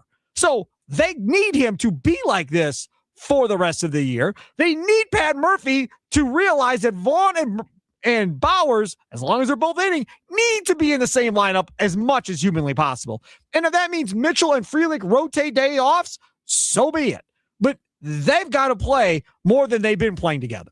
Right. And I think with Andrew Vaughn, the way that he's hitting so far, he's not slowed down either, by the way. He hasn't found the consistent power enough yet, but it's going to come, hopefully, based on what we saw last season. He's not White Sox bad. He's not White Sox bad. Well, he's still hitting over 350, I think, to this point. Like, that's just telling you, because the beginning of the year, you were like, I don't know, Sparky, about Vaughn. I'm a little more bought in now. I'm a little more. It's only 2 months, but at least he's still done not it completely there. He's done it for what, a half a season and 2 months, more than Bauers. I mean, you could argue that I shouldn't be bought in on Vaughn either because he hasn't done it long enough. Well, and I get why people are starting to get bought in. Again, I'm starting to get there. I'm starting to get closer to being this guy can be a potential other fit thing in the lineup. That helps you with Vaughn is where he was drafted. Like, so there's been immense potential and talent attached to this guy forever. Just haven't put it together. Jake Bauers? Again, not necessarily. It's shaky still. I'm excited about Jake Bauers, what though. he's been able to do to start off the season so far. Like you're saying, it has to be consistent. I think if Andrew Vaughn does start getting more consistent with the power, and the Brewers start getting more concerned with a Joey Ortiz or a Garrett Mitchell and a Sal Frelick, that both those guys are going to get in the lineup, and hopefully we start seeing some of these young players get into the lineup, and they can be surprises for the Brewers too, because Luis Lara has been a surprise this season in the minor leagues. Let him be a surprise at the major leagues too. Kylie McDaniel of ESPN, not a fan, but he put together his top 10 list for each team in Major League Baseball. Lara was unranked. I believe Lara is 5 now in the Brewers minor league system for him. 5. That's a pretty good jump. I mean, I feel Fisher, not in the top 10. He's had 15 home runs. He hit another one. Didn't make his top 10. And McDaniel says, yeah, well, I mean, if there was a top 150 list in all of baseball, he named Fisher. Adam Shefsky didn't make his top 10. A couple other guys. He's like, they potentially could be on the top 150. But he doesn't give as much credit to those in the lower rungs of the minor leagues as he does the higher rungs. So I get that. But there's not much longer you're going to be able to hold Andrew Fisher at third at the Timber Rattlers. Got to start moving Jesus Medeo because he keeps looking nuts, man. We got to start. Now, again, I heard Josh and Trevor talking this morning on Inside Wisconsin Sports about they were speculating, a friend of a friend or whoever, that maybe we see Pratt in Colorado in the Rockies series. Maybe that's where you get him. Yeah. I don't know. We're gonna have to wait and find out. From the 262, Kyle Harrison is the biggest surprise for me. After losing Woody and Priester at the front end of the rotation, he might have saved this season for the Brewers. That's Patrick in Hubertus. Thank you so much for chiming in. I do appreciate it. Vern says the Miz is my most surprising player, but don't you think the Brewers need a big bat, someone to drive in runs? Yes, I do. The problem is I just don't think there's going to be one there at the deadline. Unless somebody comes out of nowhere, I just don't know who that big bat is they can go get. There's going to be a big-name pitcher, Scoobo probably. Did you see him working out the other day? I did. Man, I thought my gut was big. Hot damn. I mean, it doesn't matter if you can toss the rock, man. But I mean, sometimes it gives you a little more momentum. Carlos Zambrano was a bigger guy. CC Sabathia was a bigger guy. Now, again, the guy's arms are bigger than my whole body. Right. So let's justify that. I couldn't believe the size of his belly, though, for being honest. And again, he's a major league pitcher, so you don't got to be thin. Right? If it worked, again, CC Sabathia, Carlos Zambrano, they made it work, man. He's not that big either. So Rod Beck, that was another one. Let's go to Brent over there in the Dugout YouTube chat. What does he have? Brent says the pitching staff is unbelievable, and we still haven't had our full staff available this season. Yeah, Quinn Priester still has to come back. Brandon Woodruff is Quinn Priester going to come back? No, it doesn't. I'm starting to feel like Quinn Priester is not going to make it back. Well, I guess now they put him back down in Arizona again because it wasn't working at Nashville. And I guess you probably won't actually have your full staff because Angel Zerpa just hit the 60-day IL over the weekend. Yeah, he's too. Done. He's officially done for the season. Yeah, probably. Yeah, Zerpa's done. He's not. They're not going to have him. But as far as starting rotation goes, again, if you get Woodruff back and he gets it back to who he was. Man, I'm a little scared about that too. Well, yeah, I said if he gets back to where he was, but if you don't, and I said this on X over the weekend, I feel good going into a series if Henderson is my third. He's got to stay healthy, which he's not been able to do. He can't ever stay healthy, but I'd be okay with those three. But you don't know. I mean, Niz is going to be way over his normal innings pitch. And how long is that arm going to last throughout the year and velocity? Like they're going to have to pick their times where they skip him in the rotation. I don't see any other way to do it. And a couple times, it's not even just his arm, but he's slipping on the mound. He's a little clumsy too. The way he extends is so absurd because he's so tall that they don't worry about the bottom of the mound where he rolls his ankle a couple of times. Again, this weekend he did that. You got to start watching those things. He is Charlie using over there. Steve Sparky Pfeiffer with you. Come back. Charlie, sounds of the day coming up next. It's Wisconsin Sports Daily, live from the Wisconsin Sports Radio Network studios, powered by the Potawatomi Sportsbook. Did you know you could become a champion at Potawatomi Casino Hotel Milwaukee? Join Bernie Brewer on his exciting $300,000 journey where you could end up scoring huge prizes now through the 25th of June. Win thousands in cash and reward play. All of your Brewers Journey entries go into the Big League Series Grand Finale drawings on Friday, June 26th. Only at Potawatomi. More info online. Must be 21 and a rewards member to play.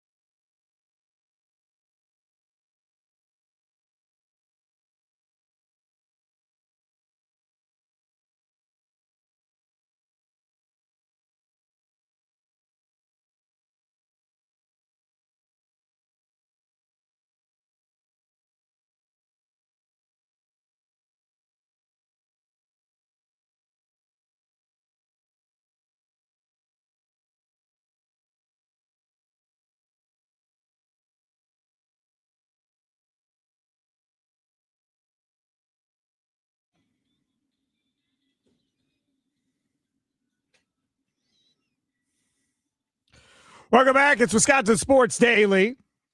C. Sparky Fiver with you. Charlie using other side of the glass. Let's talk about my fine friends over there at Pick and Save. Pretty sure I'll be going there tonight after practice for the kid. Shocker. Pretty sure. I'm doing Wendy's tonight. I'm almost positive I'm doing Wendy's. Wendy's invented the iconic spicy chicken sandwich. Wendy's new spicy chicken sandwich is crispier and more flavor-packed than ever. And the breading, even crispier. Flavor inside, loud outside. 9 peppers and spices give it that bold, layered heat. Wendy's spicy chicken. Order in the Wendy's app today. We're going to move Charlie's sound to the day because we have no time. Have you heard me say that like every break, every segment? Yeah, feels like it. No time. We have no time, but you know, been the theme we're having fun, you know? Yeah, so we'll get to it in the 4 o'clock hour at some point. I have a question for you because you are working 2 jobs. Mm-hmm. Try and make ends meet and all that. And your girl works her job. Mm-hmm. And you guys are paying for an apartment and all this other stuff. I am not working 2 jobs, but I have kids and a family to deal with and all of that. When you are looking for a restaurant and potentially thinking about going to said restaurant, this happened to me over the weekend. Okay. And you go on the website and there are no prices next to the food items on the menu. Do you go? No, typically not, unless we know we want to go to that place. Like if it's a fancy place, we know we wanted to go for a fancy dinner. All right, fine. The price is not as big of a deal. But if we're looking on a normal night, no, that's not a place you go to. There's a brand new breakfast place that opened, and Kay was like, "Oh, I want to go see what's on this menu, see what it has." I was like, "Oh, how expensive is it?" She goes, "There's no prices." I said, "Well, we're not going." It's real simple. Right. If you don't want me in your business, don't put prices. Because if you don't put prices, that's me saying, okay, it's expensive and I'm not going there. Exactly. Simple. And they want to hide it from you. Yes, too. That's what that tells me. I don't know. It weeds me out. I don't know if everybody else gets weeded out by that stuff. Me, I'm out. We're not coming. And breakfast is, like, in my mind, supposed to be cheap. Brunch is cheap. Usually it's fast. It's quick. It gets out. It can be really good. It can be a little more signature, but I still think it should be on the cheaper end. Went to a place in Joliet yesterday morning before we went on like a little prison tour and stuff. It was cool. We did a lot of fun stuff yesterday. But we went to a brunch place. Amazing food. It was like $45 at the end of the meal. And that $45 for a brunch? That's not bad. Now, have you been out to brunch lately, Sparky? Hell no. Or any restaurant? Well, yes. And we go to restaurants all the time. It's not cheap. $45 for a brunch? That's with tip, too. So was it unlimited food? No. I got what was it called? It wasn't a buffet where you keep going up? I got a Portuguese breakfast sandwich, which came with 2 sandwiches. It was 2 sandwiches, ciabatta, chorizo, eggs, spinach, had a special sauce on it, and 2 of those and a side of potatoes. And Beth got a crepe, I think, that had... Oh, so $45 for both of you? Yeah, for us both. Yeah, not just for me. I'm not that fat, Sparky. No, but I was like, I thought it was a buffet for $45. I was like, okay, no, it's just a regular little brunch place. I paid for both of us. Yeah, okay, $45 for both. Oh, that's not bad, though. Yeah, okay. I was freaking out thinking it was $45 for just you. I was like, okay, well, then it must be a buffet, and that's why it's... No, I'm not saying you are. But like buffets for me mean nothing because I get 2 plates maybe and I'm done. So that's a complete waste of time. Like, you would think I eat a lot at a buffet. I don't typically. When I was younger, I used to eat a lot of buffet, and then my parents were not happy because later that night, I usually wasn't okay. Yeah. Tim Allen and I, when we used to go to Vegas all the time, we'd go to the seafood buffet at the Rio, which was like the best buffet ever. But by the last time I went, which was years ago, it was like $60 or $65. I was like, damn, we're going because he wants to go. So fine, I'll pay whatever. I'll deal with it. I'll deal with it so Tim could go because he loves the crab legs. But damn, that was expensive. That'll do it. Wisconsin Sports Daily live from the Wisconsin Sports Radio Network studios, powered by the Potawatomi Sportsbook. Green and Gold update coming up next. Lots to discuss around the NFL.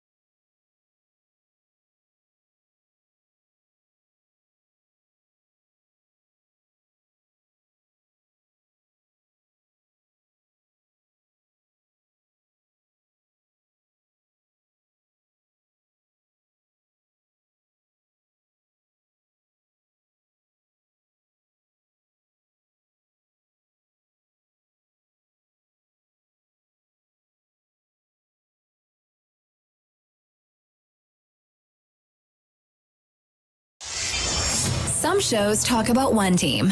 Other shows barely talk sports. This show will talk Packers, Brewers, and Bucks. Every day. It's Wisconsin Sports Daily with Steve Sparky Pfeiffer on the Wisconsin Sports Radio Network.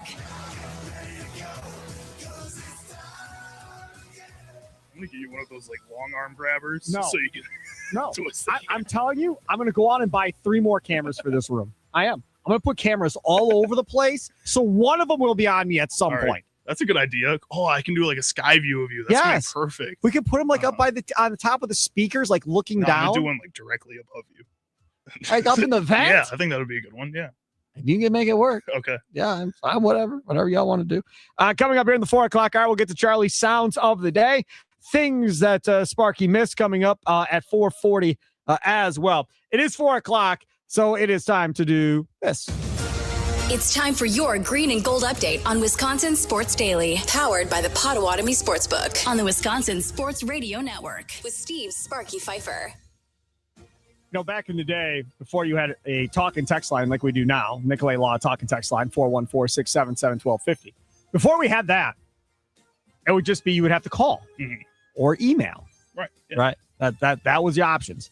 So you'd have full phone lines, and people would call up and want to talk to the producer and then hang up and never go on the air.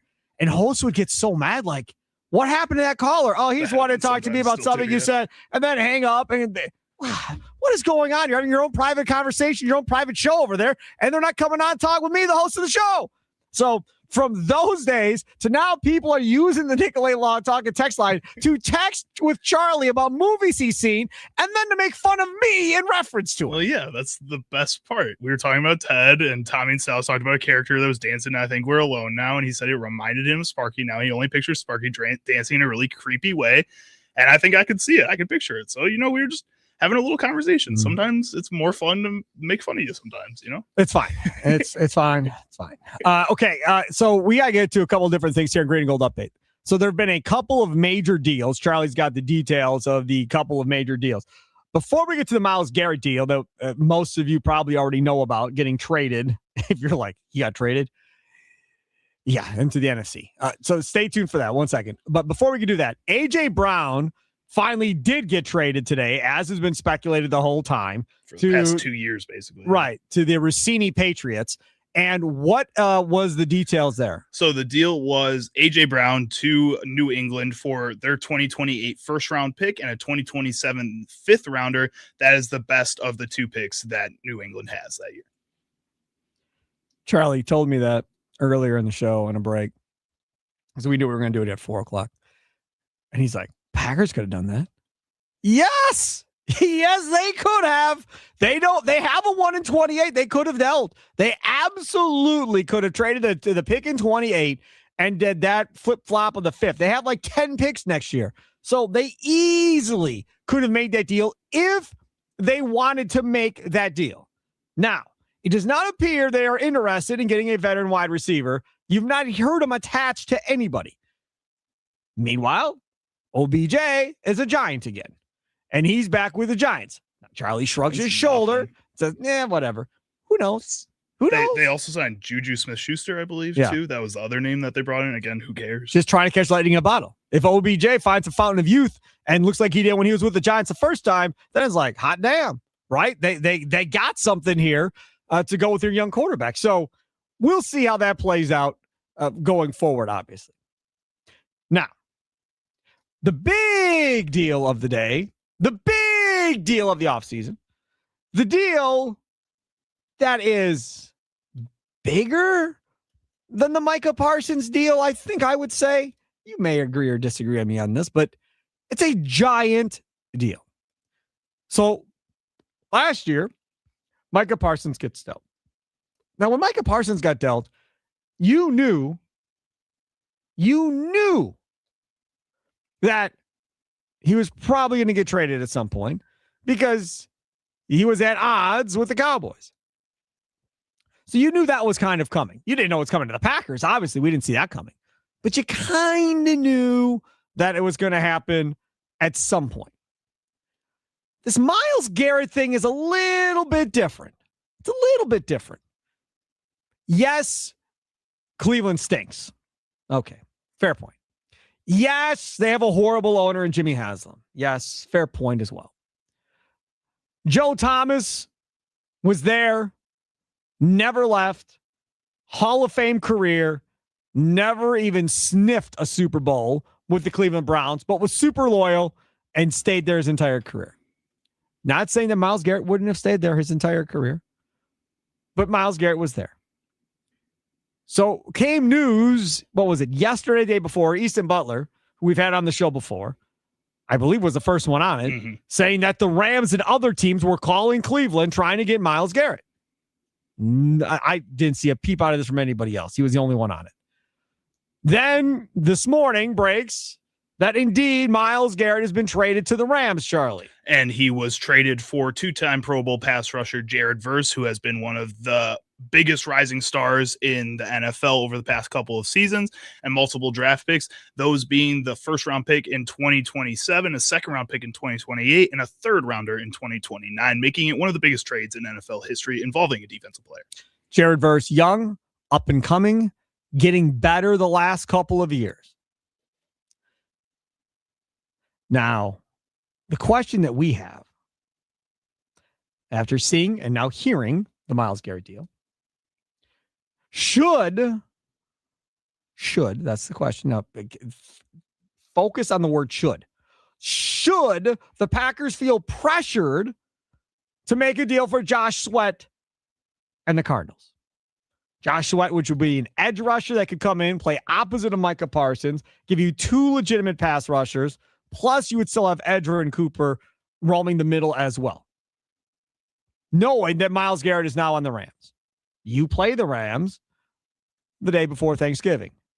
You are going to probably play the Rams in the postseason at some point as well.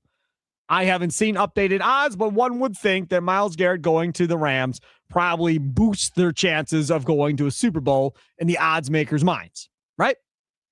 You would think so. I would definitely think so. I'm checking Pato now. You want to know something else that has come up? What's that? What if Aaron Donald unretires? I don't think so. He seems like the type of guy who kind of makes his. Do you remember mind what up. he said last year? I know what he said last year. The Rams go get Micah Parsons. Watch out. Well, they didn't get Micah Parsons, but they got Myles Garrett. Somebody who a lot of people think is better. Yeah. You're an offensive lineman. How do you defend Garrett and Donald? I'll listen. You don't. You try your hardest. You get in front of them as quickly as possible and hope that you don't die. Like, I think that's kind of what you have to do. It's almost impossible. And especially when you're Zach Tom, who has dealt with injuries throughout his whole career and has played through the injuries last season. Jordan Morgan, who's going to be his first start. Yes. Sean Ryan getting this chance at center, which may not be the best spot for him because he ended the season last year not that great. That's scary, man. So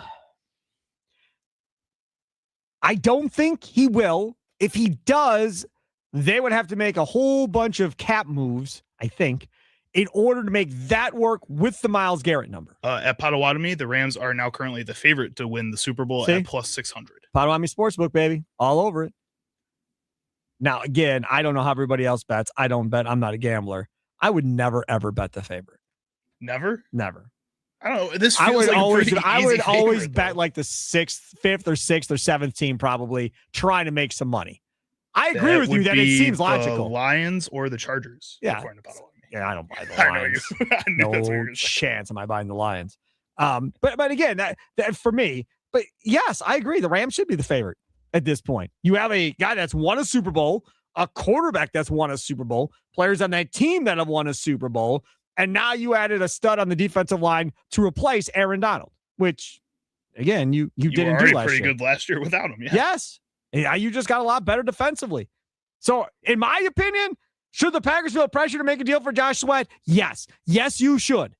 You got to keep up with the Joneses, as they like to say. This should be now go get this deal done. Now, Easton Butler, the insider that we were telling you about, who's been on the show a couple times, said he's hearing they're just working on the deal now. Green Bay and Arizona. This very well could happen. They're trying to figure out how much of the money the Packers are going to have to take on versus what the Cardinals are going to take on from a cap perspective.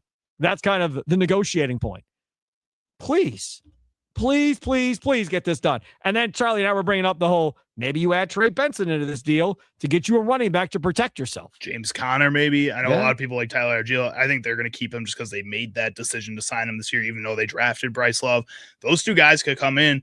Honestly, you could trade for both of them too. Throw them both in there if you have a package that you think is going to be worth more than what Josh Sweat is worth, and then go through training camp and try to make a decision with one of those two guys there then too. I don't go and make this deal as valuable as possible as you can for the Green Bay Packers, because like we talked about earlier, you have all these picks moving forward over the next year and the future. Use those. Getting a power back like Algier with Jeremiah Love makes all the sense in the world. Kind of like he was with Bijan. Same type of deal in Atlanta. Benson makes no sense to have him still there. It just a true receiving back. Yes. And he had a lot of upside last season, just couldn't stay on the field. Now, the issue that I have there is they really believe in No Name, who can't stay healthy for the Packers. I love No Name coming out of the draft. I did. I thought he was amazing. I'm like, man, some people are saying he might be like Reggie Bush, like good.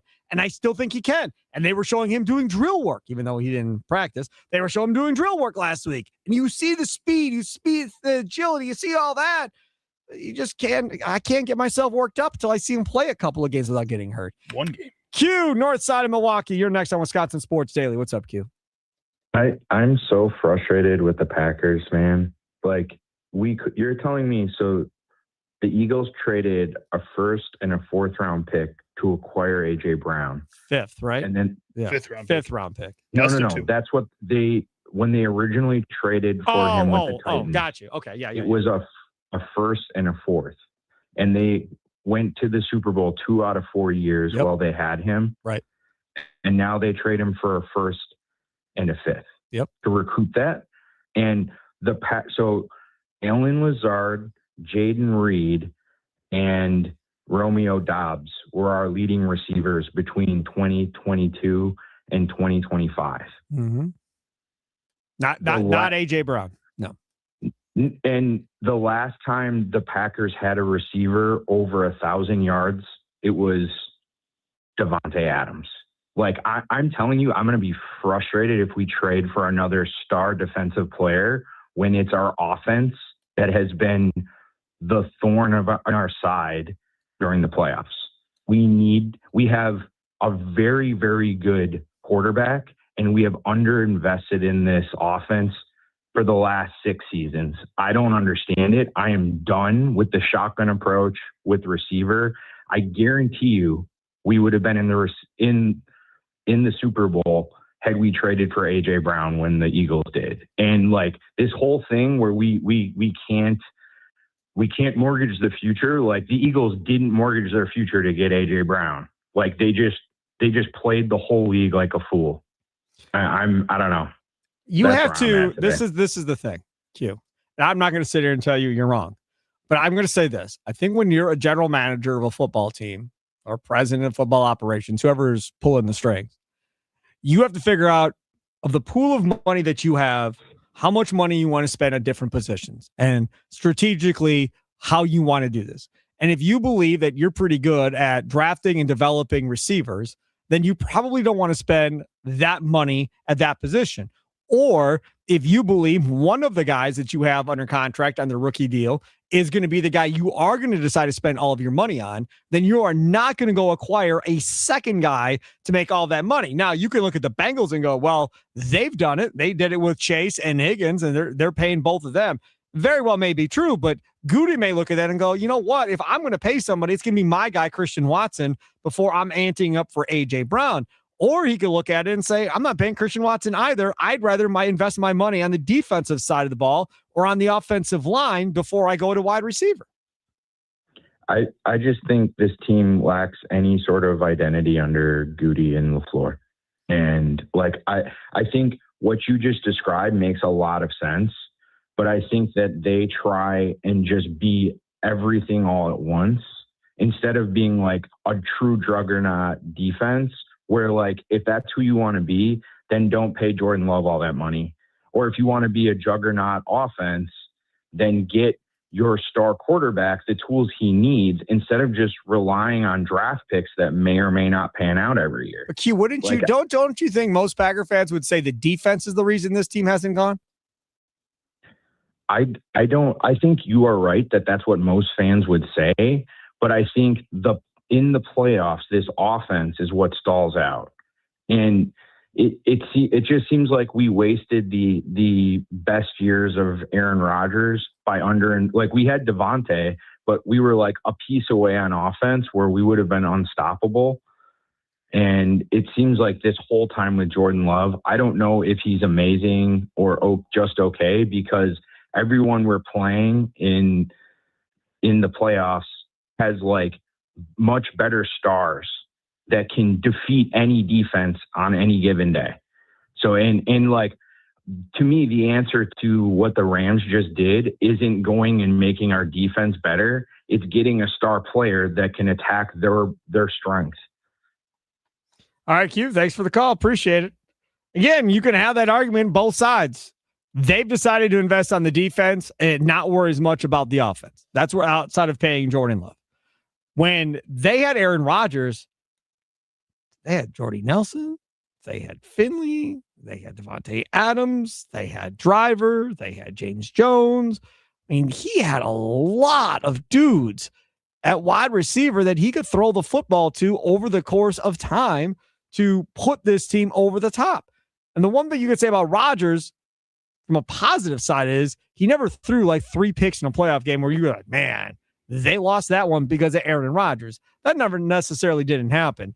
But what ended up happening was something would always go wrong. That Tampa Bay game, the perfect example. You get 3 picks in the first half against Tom Brady. You do your job. And in the second half, the offense goes, and it's, well, no David Bakhtiari. What did you expect to happen? They had all kinds of problems without Bakhtiari being in there. There was always some reason of why it didn't work out, whether it be injury or something else that happened. Well, and I think sometimes when you were watching a Greg Jennings work with an Aaron Rodgers and it was just magically turned out like that, or Jordy Nelson, who's a later round pick, that you can come out and do this, or Devontae Adams, who's a later round pick and can come out and do this. A lot of that, I think, when you look at who Aaron Rodgers was as a player, is due to Aaron Rodgers and the ability that he had and what he was able to get out of a lot of his wide receivers throughout time. It's part of the reason Marquez Valdez-Scantling continues to get jobs, because Aaron Rodgers keeps bringing him in and finds how to use him in those right moments. Alan Lazard, same reason. A lot of these guys continue to get paid afterwards because Aaron Rodgers was able to uplift them a little bit. I don't know if we're at that point with the Jordan Love yet, and that's why people are asking for these types of players to come in. If we're going to compare to what that experience was with an Aaron Rodgers to what Jordan Love is, it's different to this point in their careers, and Jordan Love needs to start taking the next step this year, and I think that's what the Packers want. They want him to start taking the Aaron Rodgers mentality and say, I'm going to make these guys better. 12 times he's been in the postseason. I don't count 2007 because he didn't have any stats. He was played in a game, had no stats, all right. So 12 seasons in the postseason. He had 2 seasons in which he did not throw an interception in the postseason. 2013, he did not throw a pick in the postseason. And then he did not throw a pick in the 2021 season. But again, this is all the games combined. This isn't just one game where, this is everything. So that Super Bowl year, when they went, he completed 68% of his passes, threw for 1,094 yards, had 9 touchdowns to 2 picks. He led the playoffs in completions, in attempts, in yards, and in touchdowns, and in first downs as well, with 53. A quarterback passer rating of 109.8 that year in the postseason. But if you look at some of these other quarterback passer ratings, he had 78.5 in 2011 in the playoffs, 84.9 in 2015 in the postseason. I mean, last year his quarterback rating was 50.8 in the playoffs. I mean, it's about over at this point, so it doesn't really matter. CB, downtown Milwaukee, you're next here on Wisconsin Sports Daily, asking you, should the Packers feel pressured to make a deal for Josh Sweat after the Myles Garrett deal happened today to the Rams? Yeah, I think they should. I think they need to go ahead and make that trade and get it done. But you don't know what's going to happen with Micah, how many games he's going to miss. And to the last caller, A.J. Brown is a head case. He got into it with Jalen Hurts so many times. The guy's a head case. He's a baller when he wants to be, and other times he dropped balls. So I don't really want him over here. They need to make 2 big trades. Sweat, and they need to get Alvin Kamara. That's my take. That's your take? Yep. All right, fair enough. Thanks for the call. Appreciate it. Alvin Kamara is old. Alvin Kamara is a guy that's been hurt over the course of time as well. That would be a vet. That would be very much against how the Packers operate. It would, but he's also been a part of a New Orleans Saints team over the past couple seasons that when he has been healthy, he still goes out there and tries very hard for a team that's not looking to compete right away. And I think that's something valuable for this Packers team, who, again, isn't the youngest team in the league this season, but is still one of the youngest teams in the league this season. To bring in a veteran presence, if you're going to be missing Josh Jacobs for any amount of time, then that would help supplement that. Correct. I misspoke earlier, and I got a text. So I went back and I looked. So back in 2021, I said they had 3 interceptions in the first half. They actually had 3 interceptions in the second half of that game is where they had the 3 interceptions. And again, when you look at 3 interceptions against Tom Brady and you lose. Yeah, that's not a good look. But again, that touchdown at the end of that first half was the deal that absolutely broke everything. That Scotty Miller play, that was the dagger, I guess you could say in Wayne Larravee's words, at the end of the first half. Talk about guys elevating other guys, Tom Brady and Scotty Miller. Oh, my goodness gracious. All right, let's go to Ram, north side of Milwaukee. You're next on Wisconsin Sports Daily with me, Steve Sparky Pfeiffer. What's up, Ram? Hey, what's going on, Sparky? How are you? Charlie. If you want to talk about that game with Tampa Bay, don't forget about the holding call that wasn't called. Yes. So we're going to talk about truth.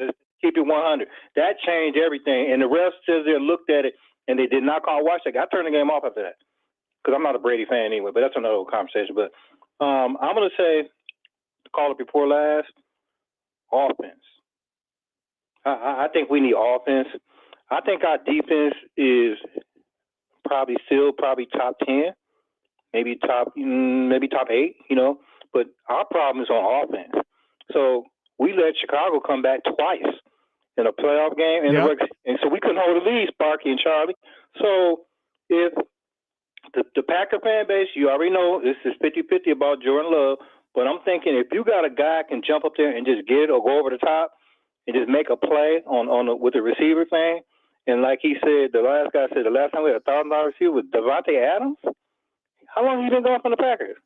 He's been gone, 3 years now? 4 years? Something like that. So I don't think that you can go deep in the playoffs if you don't have an elite go-to guy that can break plays and make plays. I'm not with the committee thing. I just don't, Sparky, I don't see it. And then our division, man, it's going to be tough, man. Yeah, it is. That division's going to be really good. We no game. You play them 6 times, you got to at least be 5-1. Yep.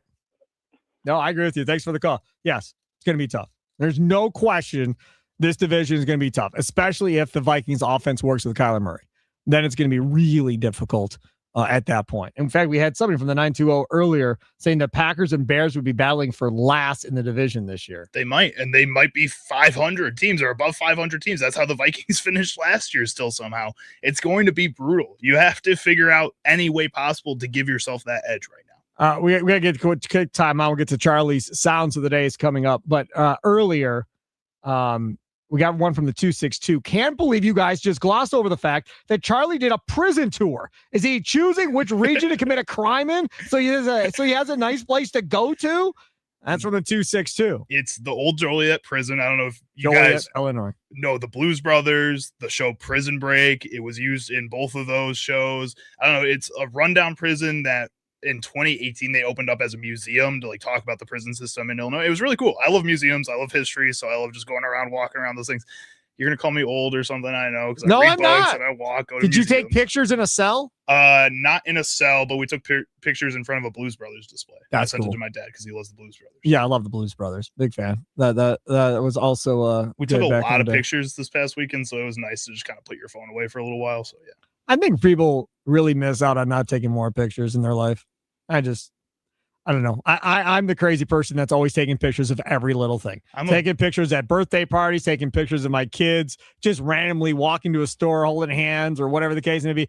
Always taking pictures. Because when you look back at the different ages when they're older and all that, that's a big thing. Yeah, I get that, but I think that's also a generational thing where Probably you didn't have the ability of taking pictures all the Correct. time, and now all of a sudden you can, and you Yes. want to, versus me who's always had that ability to. And it's nice just to put your phone away for a while when you are experiencing these moments in your life that you're learning something new or having a really cool moment. Just put it away and experience. I don't know what you're talking about putting a phone away. I couldn't tell you the last time glued to your hand. That's not a thing unless it dies. Then yeah. Even then, I think it's still glued to your hand. You're tapping on it. Trying to figure out how to make it work. Getting mad. Yes, that is correct. You have me unlocked. That is right. So coming up next, we'll get to Charlie's Sounds of the Day. We'll see what he has cooked up for me today. Speaking of cooking, the Queen of Spice, Wendy's, is taking their already hot and juicy beef and making it, well, hotter with the new jalapeno ranch cheeseburger. It's topped with jalapenos and ranch for the perfect balance of heat and flavor, but it's only available for a limited time. So get a bite while you can. It's Wisconsin Sports Daily, live from the Wisconsin Sports Radio Network studios, powered by the Potawatomi Sportsbook. Sparky with you.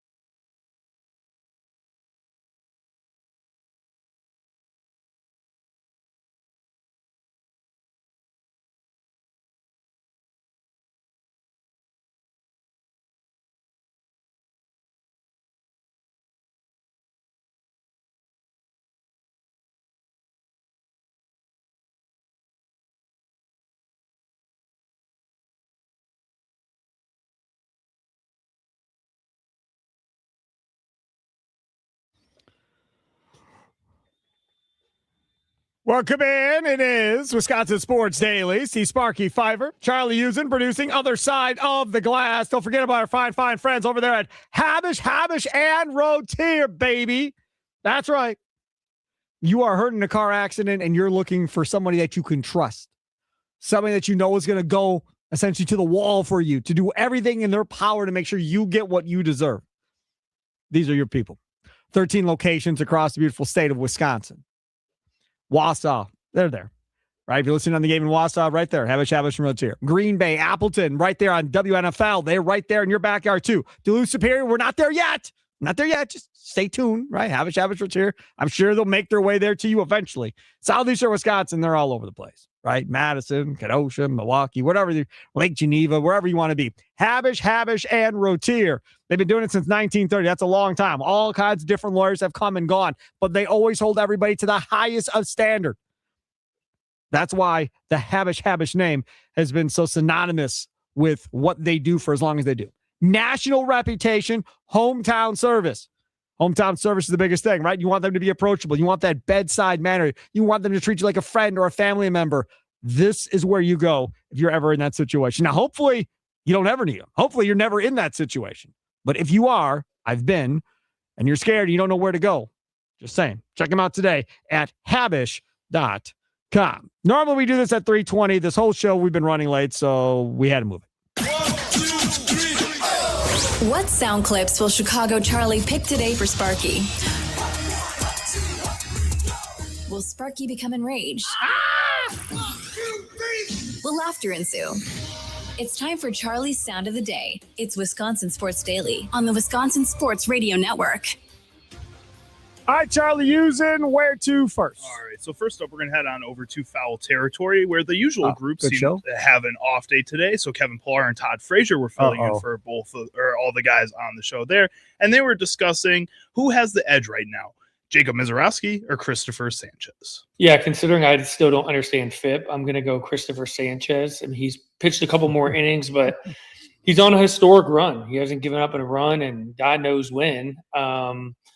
And I just love that he's just kind of a true pitcher. Not to take away from the Miz, obviously incredible for our sport. You know, a unicorn in his own right, but Christopher Sanchez, man, like his story of kind of just being very average, and then you could kind of see the potential in the starter he's turned into. I think is incredible. This is a tough one. I can agree with you, but I'm going to disagree. Miz has been absolutely fantastic. I go by the hits there, only 14 hits. I saw Sanchez, I think it was 25. Forget about the ERA. That's unbelievable. Strikeouts as well. I would go with him with more strikeouts and less hits, in my opinion. You can't go wrong here. This is what you want to see in baseball as a baseball fan, whether you're a Phillies fan or Brewers fan or none of the above. It's absolutely fantastic. Absolutely fantastic. Let me tell you this. MLB pitching leaders in May. Innings pitch, Ashcraft, 40.2. ERA, Sanchez, zeros across the board. Crazy. K's, Mizorowski with 57 in May. Walks per 9, Sanchez, 0.69. Crazy. Whip, walks plus hits divided by innings pitched. Lower the number, the better. 0.52 for Mizorowski. Crazy. What are they hitting against Mizorowski for average? He was best in May. Opponents hitting 109 off of him. FIP, Mizorowski, 0.65. Saves, Smith with 13. F-WAR, Mizorowski with 2.4. That is 4-5 categories he leads in all of baseball in the month of May. Now, I don't know how they will decide this at the end of the year. We are a long, long ways away. We are 4 months away. We do not know if any of these guys will be able to keep up the pace that they're on, nonetheless stay healthy for the rest of the season. So we might have a whole different batch of names by the time we get to September than what we're talking about right here on June 1st. How much of this has to do with ABS? How much of this has to do with the fact that these batters are more hesitant to swing at some of these other pitches, and that these pitchers and catchers are nailing the calls maybe a little bit more than the hitters are? Like, how much does the consistency that Jacob Mizorowski that we're seeing from him now that we didn't see last season have to do with rule changes that the MLB is making? I don't know how much it has to do with ABS one way or the other. I do agree with you that from a hitting perspective, you probably have to be more aggressive than you were before. I mean, I think that's definitely it. I think the other part of it is like Tim Dillard talks about all the time, and he was on earlier today in the 2 o'clock hour. If you missed it, go to wisportsradio.com or wherever you download your favorite podcast app. We have the best Brewers coverage page. You can search that. You can search Wisconsin Sports Daily on any of your apps, and you'll find us there with the Tim Dillard interview. Also, Jerry Augustine at 3 o'clock was good talking about the Miz. But it's just about not trying to strike everybody out, and at times just essentially almost pitching to contact. Like, here it is. If you hit it, we'll live with it. But I'm not going to try and be fine around the corners and throw, 75 pitches in the first 4 innings of the game. I'm going to try and get me to the 7th or 8th inning. And he had every opportunity to pitch in the 8th inning in the last game. I think it's just more has to do with the change in philosophy as far as how he's choosing to pitch in games versus last year he was trying to put on a show every time out. Well, and if he's going to continue to have that philosophy, that mindset, the offense has to start giving him more than 2 runs in these games where he's pitching. He has to get consistently to that 4 runs so he can continue to have that mindset. Yes. If you keep giving him 2 runs and all of a sudden he gets tired late at games and they're letting him stay out there and he gives up a 3-run home run, could happen. Then he's going to lose that confidence a little bit. You can't let that happen. By the way, for those of you that don't know what FIP is, it measures a pitcher's effectiveness based solely on what they can control: strikeouts, walks, hit by pitches, and home runs. It removes the defense from the equation, essentially telling you what a pitcher's ERA would be with a league average defense behind them. So they mentioned there they didn't know what FIP was. I'm like, well, let's get the definition so people know. All right, going on. Next, we're going to head on over to MLB Now and MLB Network, where Joel Sherman thinks the Brewers need to go make a big splash move that we've talked about before. Mm-hmm. I think they should go get Skubal. The Brewers. Yeah. There's a team that has never won the World Series, was in it once in 1982. Mm-hmm. If you get to August 3rd and Mizorowski and Harrison are pitching the way they're pitching, yeah, and two you're aces. thinking about, like, how can we get to and through the Dodgers? How about if Skubal is starting one of those games also? And the history is they went out and got CC Sabathia, who was this exact same guy, the dominant left-hander about to become a free agent and very likely to go to a big market team like he did with the Yankees, like Skubal's probably afterwards. I know it's not, that was Doug Melvin. This is a different group of guys who they don't like to give up future value because they want to be good every year. Man, there's only one chip given out a year, and I think they could get the chip. Wow. And this would be a year to go and do something uncomfortable because who would want to play them? Okay, so a couple things. Number one, not the same thing because Sabathia wasn't coming off a major injury. Skubal is, and there's questions about how he's going to be coming off. So that's the first thing. Now, by the time you get to the trade deadline, you'll know if he's right or not, right? Or whether or not he gets re-hurt again quickly after coming back. So that's part of it. The other part of it is, yes, this is Matt Arnold's first time to really go. You saw David Stearns go when they got Christian Yelich and gave up a bunch of prospects to get Christian Yelich and then sign Lorenzo Cain. And that was his push it in moment for David Stearns. Matt Arnold has not had that moment yet. Now, I don't know if that is by Matt Arnold's choice, if that's by somebody else's choice, whatever the case may be. Eventually, he's going to have a moment. I don't know if it'll be for a bat, if it'll be for a pitcher, but at some point, he will push in and he'll go get something done. Whether it'll be for Skubal, I don't know. I hope it is. I would be all for it. And you owe him like $10 million for the second half of the year. I'd be all about that, Charlie. All right. Maybe he could work with this next guy since the Pirates put him on the restricted list. This is Pirates GM Ben Sherrington on why they placed Carmen Mlodzinski on that said list. Carmen informed us this morning that he was not ready to pitch today. And so we made the decision to place him on the restricted list for today and recall Cam Sanders. So that's the headline. I'd like to work backward from that and share a little bit more context. Go back to Wednesday when the first conversation happened between Donnie and Carmen about the decision about the rotation. Going into that conversation, the decision was clear to us. We also understood that it would likely be a challenging conversation. We understood how strongly Carmen desires to start, how important that is to him. And we believe he can do that. We believe that he can be a starting pitcher and can be a starting pitcher in the future also. But we made that decision, had the conversation with Carmen, knew it was going to be challenging. And in the days since then, we've had very consistent communication with Carmen, leading right up till this morning.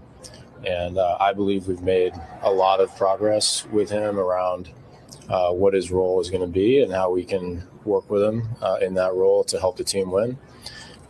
Confident that we're going to see him pitch for this team very soon. but he wasn't ready to do that today. And I think going into the weekend, we understood and communicated with Carmen that at some point this weekend we were going to need him to be ready, or we were going to have to replace him on the team in fairness to the team. So that's what happened today. I don't see why you keep him. I don't understand. Now, maybe he'll be a better bullpen arm than he was a starter, because as a starter, he was average at best, maybe on the other side of average, but average would be the best compliment you can pay him. He didn't suck. But sub 4 ERA this season, which is solid. Didn't suck, right? And I don't know what you could get back in return for him if you were to trade him. You have a ton of depth with the Pirates organization as is. It's not like you're hurting for pitchers necessarily in Pittsburgh. What you always need are hitters. I mean, O'Hearn came back off the IR, or IL, I should say, and came back and hit a home run right off the bat. I think it was yesterday. So they always can use bats. So if they can move him to essentially get themselves a bat at the major league level, I think you do it at this point if you're the Pittsburgh Pirates. The last thing you need is somebody to bring down the entire organization and that entire clubhouse because he's over in the corner sulking that he doesn't get to be a starter anymore. You don't need that in your clubhouse, and he's not good enough to deal with a distraction. Even though he was still on the team, he's still on the roster. He still has Sure a role for a team that is above 500 right now. That's still fighting for a playoff, or going to be fighting for a playoff spot at this rate. Like you should be excited to still be a part of this. And then, like Ben Cherington said, they're going to give you an opportunity again in the future. Just wait for your turn. Pitch well now, and they'll see that you can do this moving forward. Absolutely. Hey, did you guys miss what happened on today's show? Text Sparky to the Nicolay Law Talk and text line 414-677-1250 to get the link to today's show. Again, text Sparky to the Nicolay Law Talk and text line 414-677-1250 to get the link to today's show, or go to wisportsradio.com. You can download your podcast there and listen to them, or anywhere you download and listen to your favorite podcast app, whether that be the Odyssey app, the iHeart app, Spotify, Apple Podcasts, wherever it may be. You'll be able to search and find Wisconsin Sports Daily, best Packers coverage, best Brewers coverage, Inside Wisconsin Sports, 9 to noon with John Kuhn, the Mason Crosby Show, Potawatomi Sportsbook, baseball postgame show, all there for you to anything you may have missed during the course of the day here on the Wisconsin Sports Radio Network. Things that Sparky missed. Coming up next, it's Wisconsin Sports Daily, live from the Wisconsin Sports Radio Network studios, powered by the Potawatomi Sportsbook. Sparky here.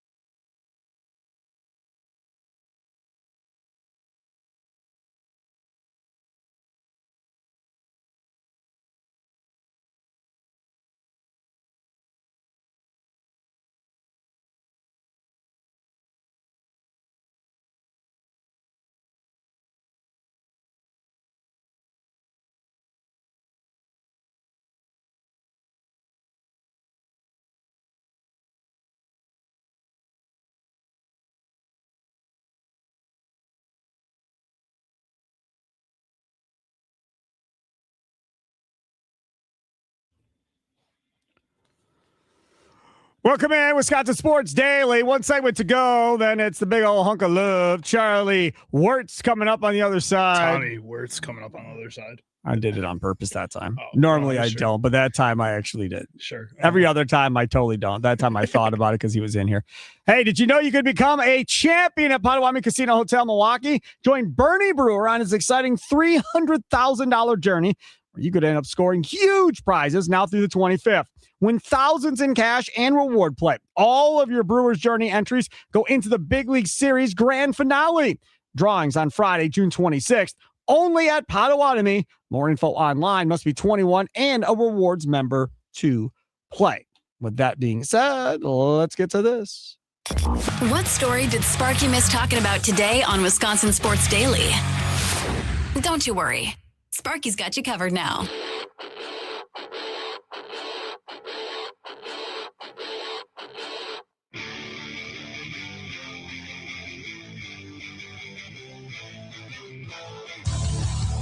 Okay, so let's get to this.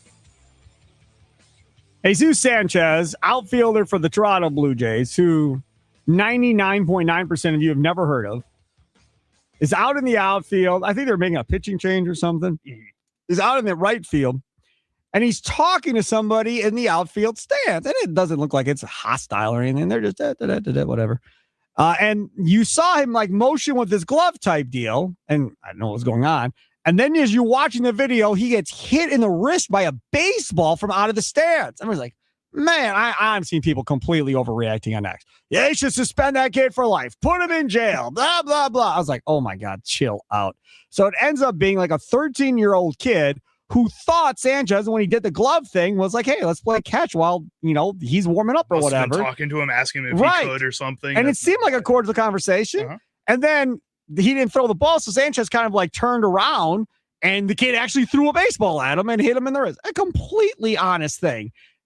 And I understand you shouldn't be throwing baseballs out in the field and all of that. I get all of that. I think the whole thing was overblown, to be honest with you. Yeah, but those videos of the players playing catch with the fans, everybody loves those. And those go viral. So it's only cool if it doesn't end up like this. Somebody getting hurt at the end of the day. Right. That's exactly what it is. Then the other thing I wanted to bring up, Wembanyama. We bang on this dude for having emotion after they win the Western Conference Finals. He beat Chet. All that was about was beating Chet and sending Chet home. I promise you, that's what most of that was about. I was all for it. Be emotional, be crazy. But the thing I wanted to talk about quickly on the way out was, did you see the video of him walking with his trophy and putting it into the stands with both hands and letting all the fans get their hands and touch it as he's walking out? That is super cool. I mean, that's the type of stuff that puts you in that face of the league type of conversation, the GOAT conversation, man. Fans love it. Dude, absolutely loved it. A+ to Wemby for doing that one at the end of the day. And Greg Popovich was more involved in this whole thing than I think anybody realized as well. It's Wisconsin Sports Daily, live from the Wisconsin Sports Radio Network studios, powered by the Potawatomi Sportsbook.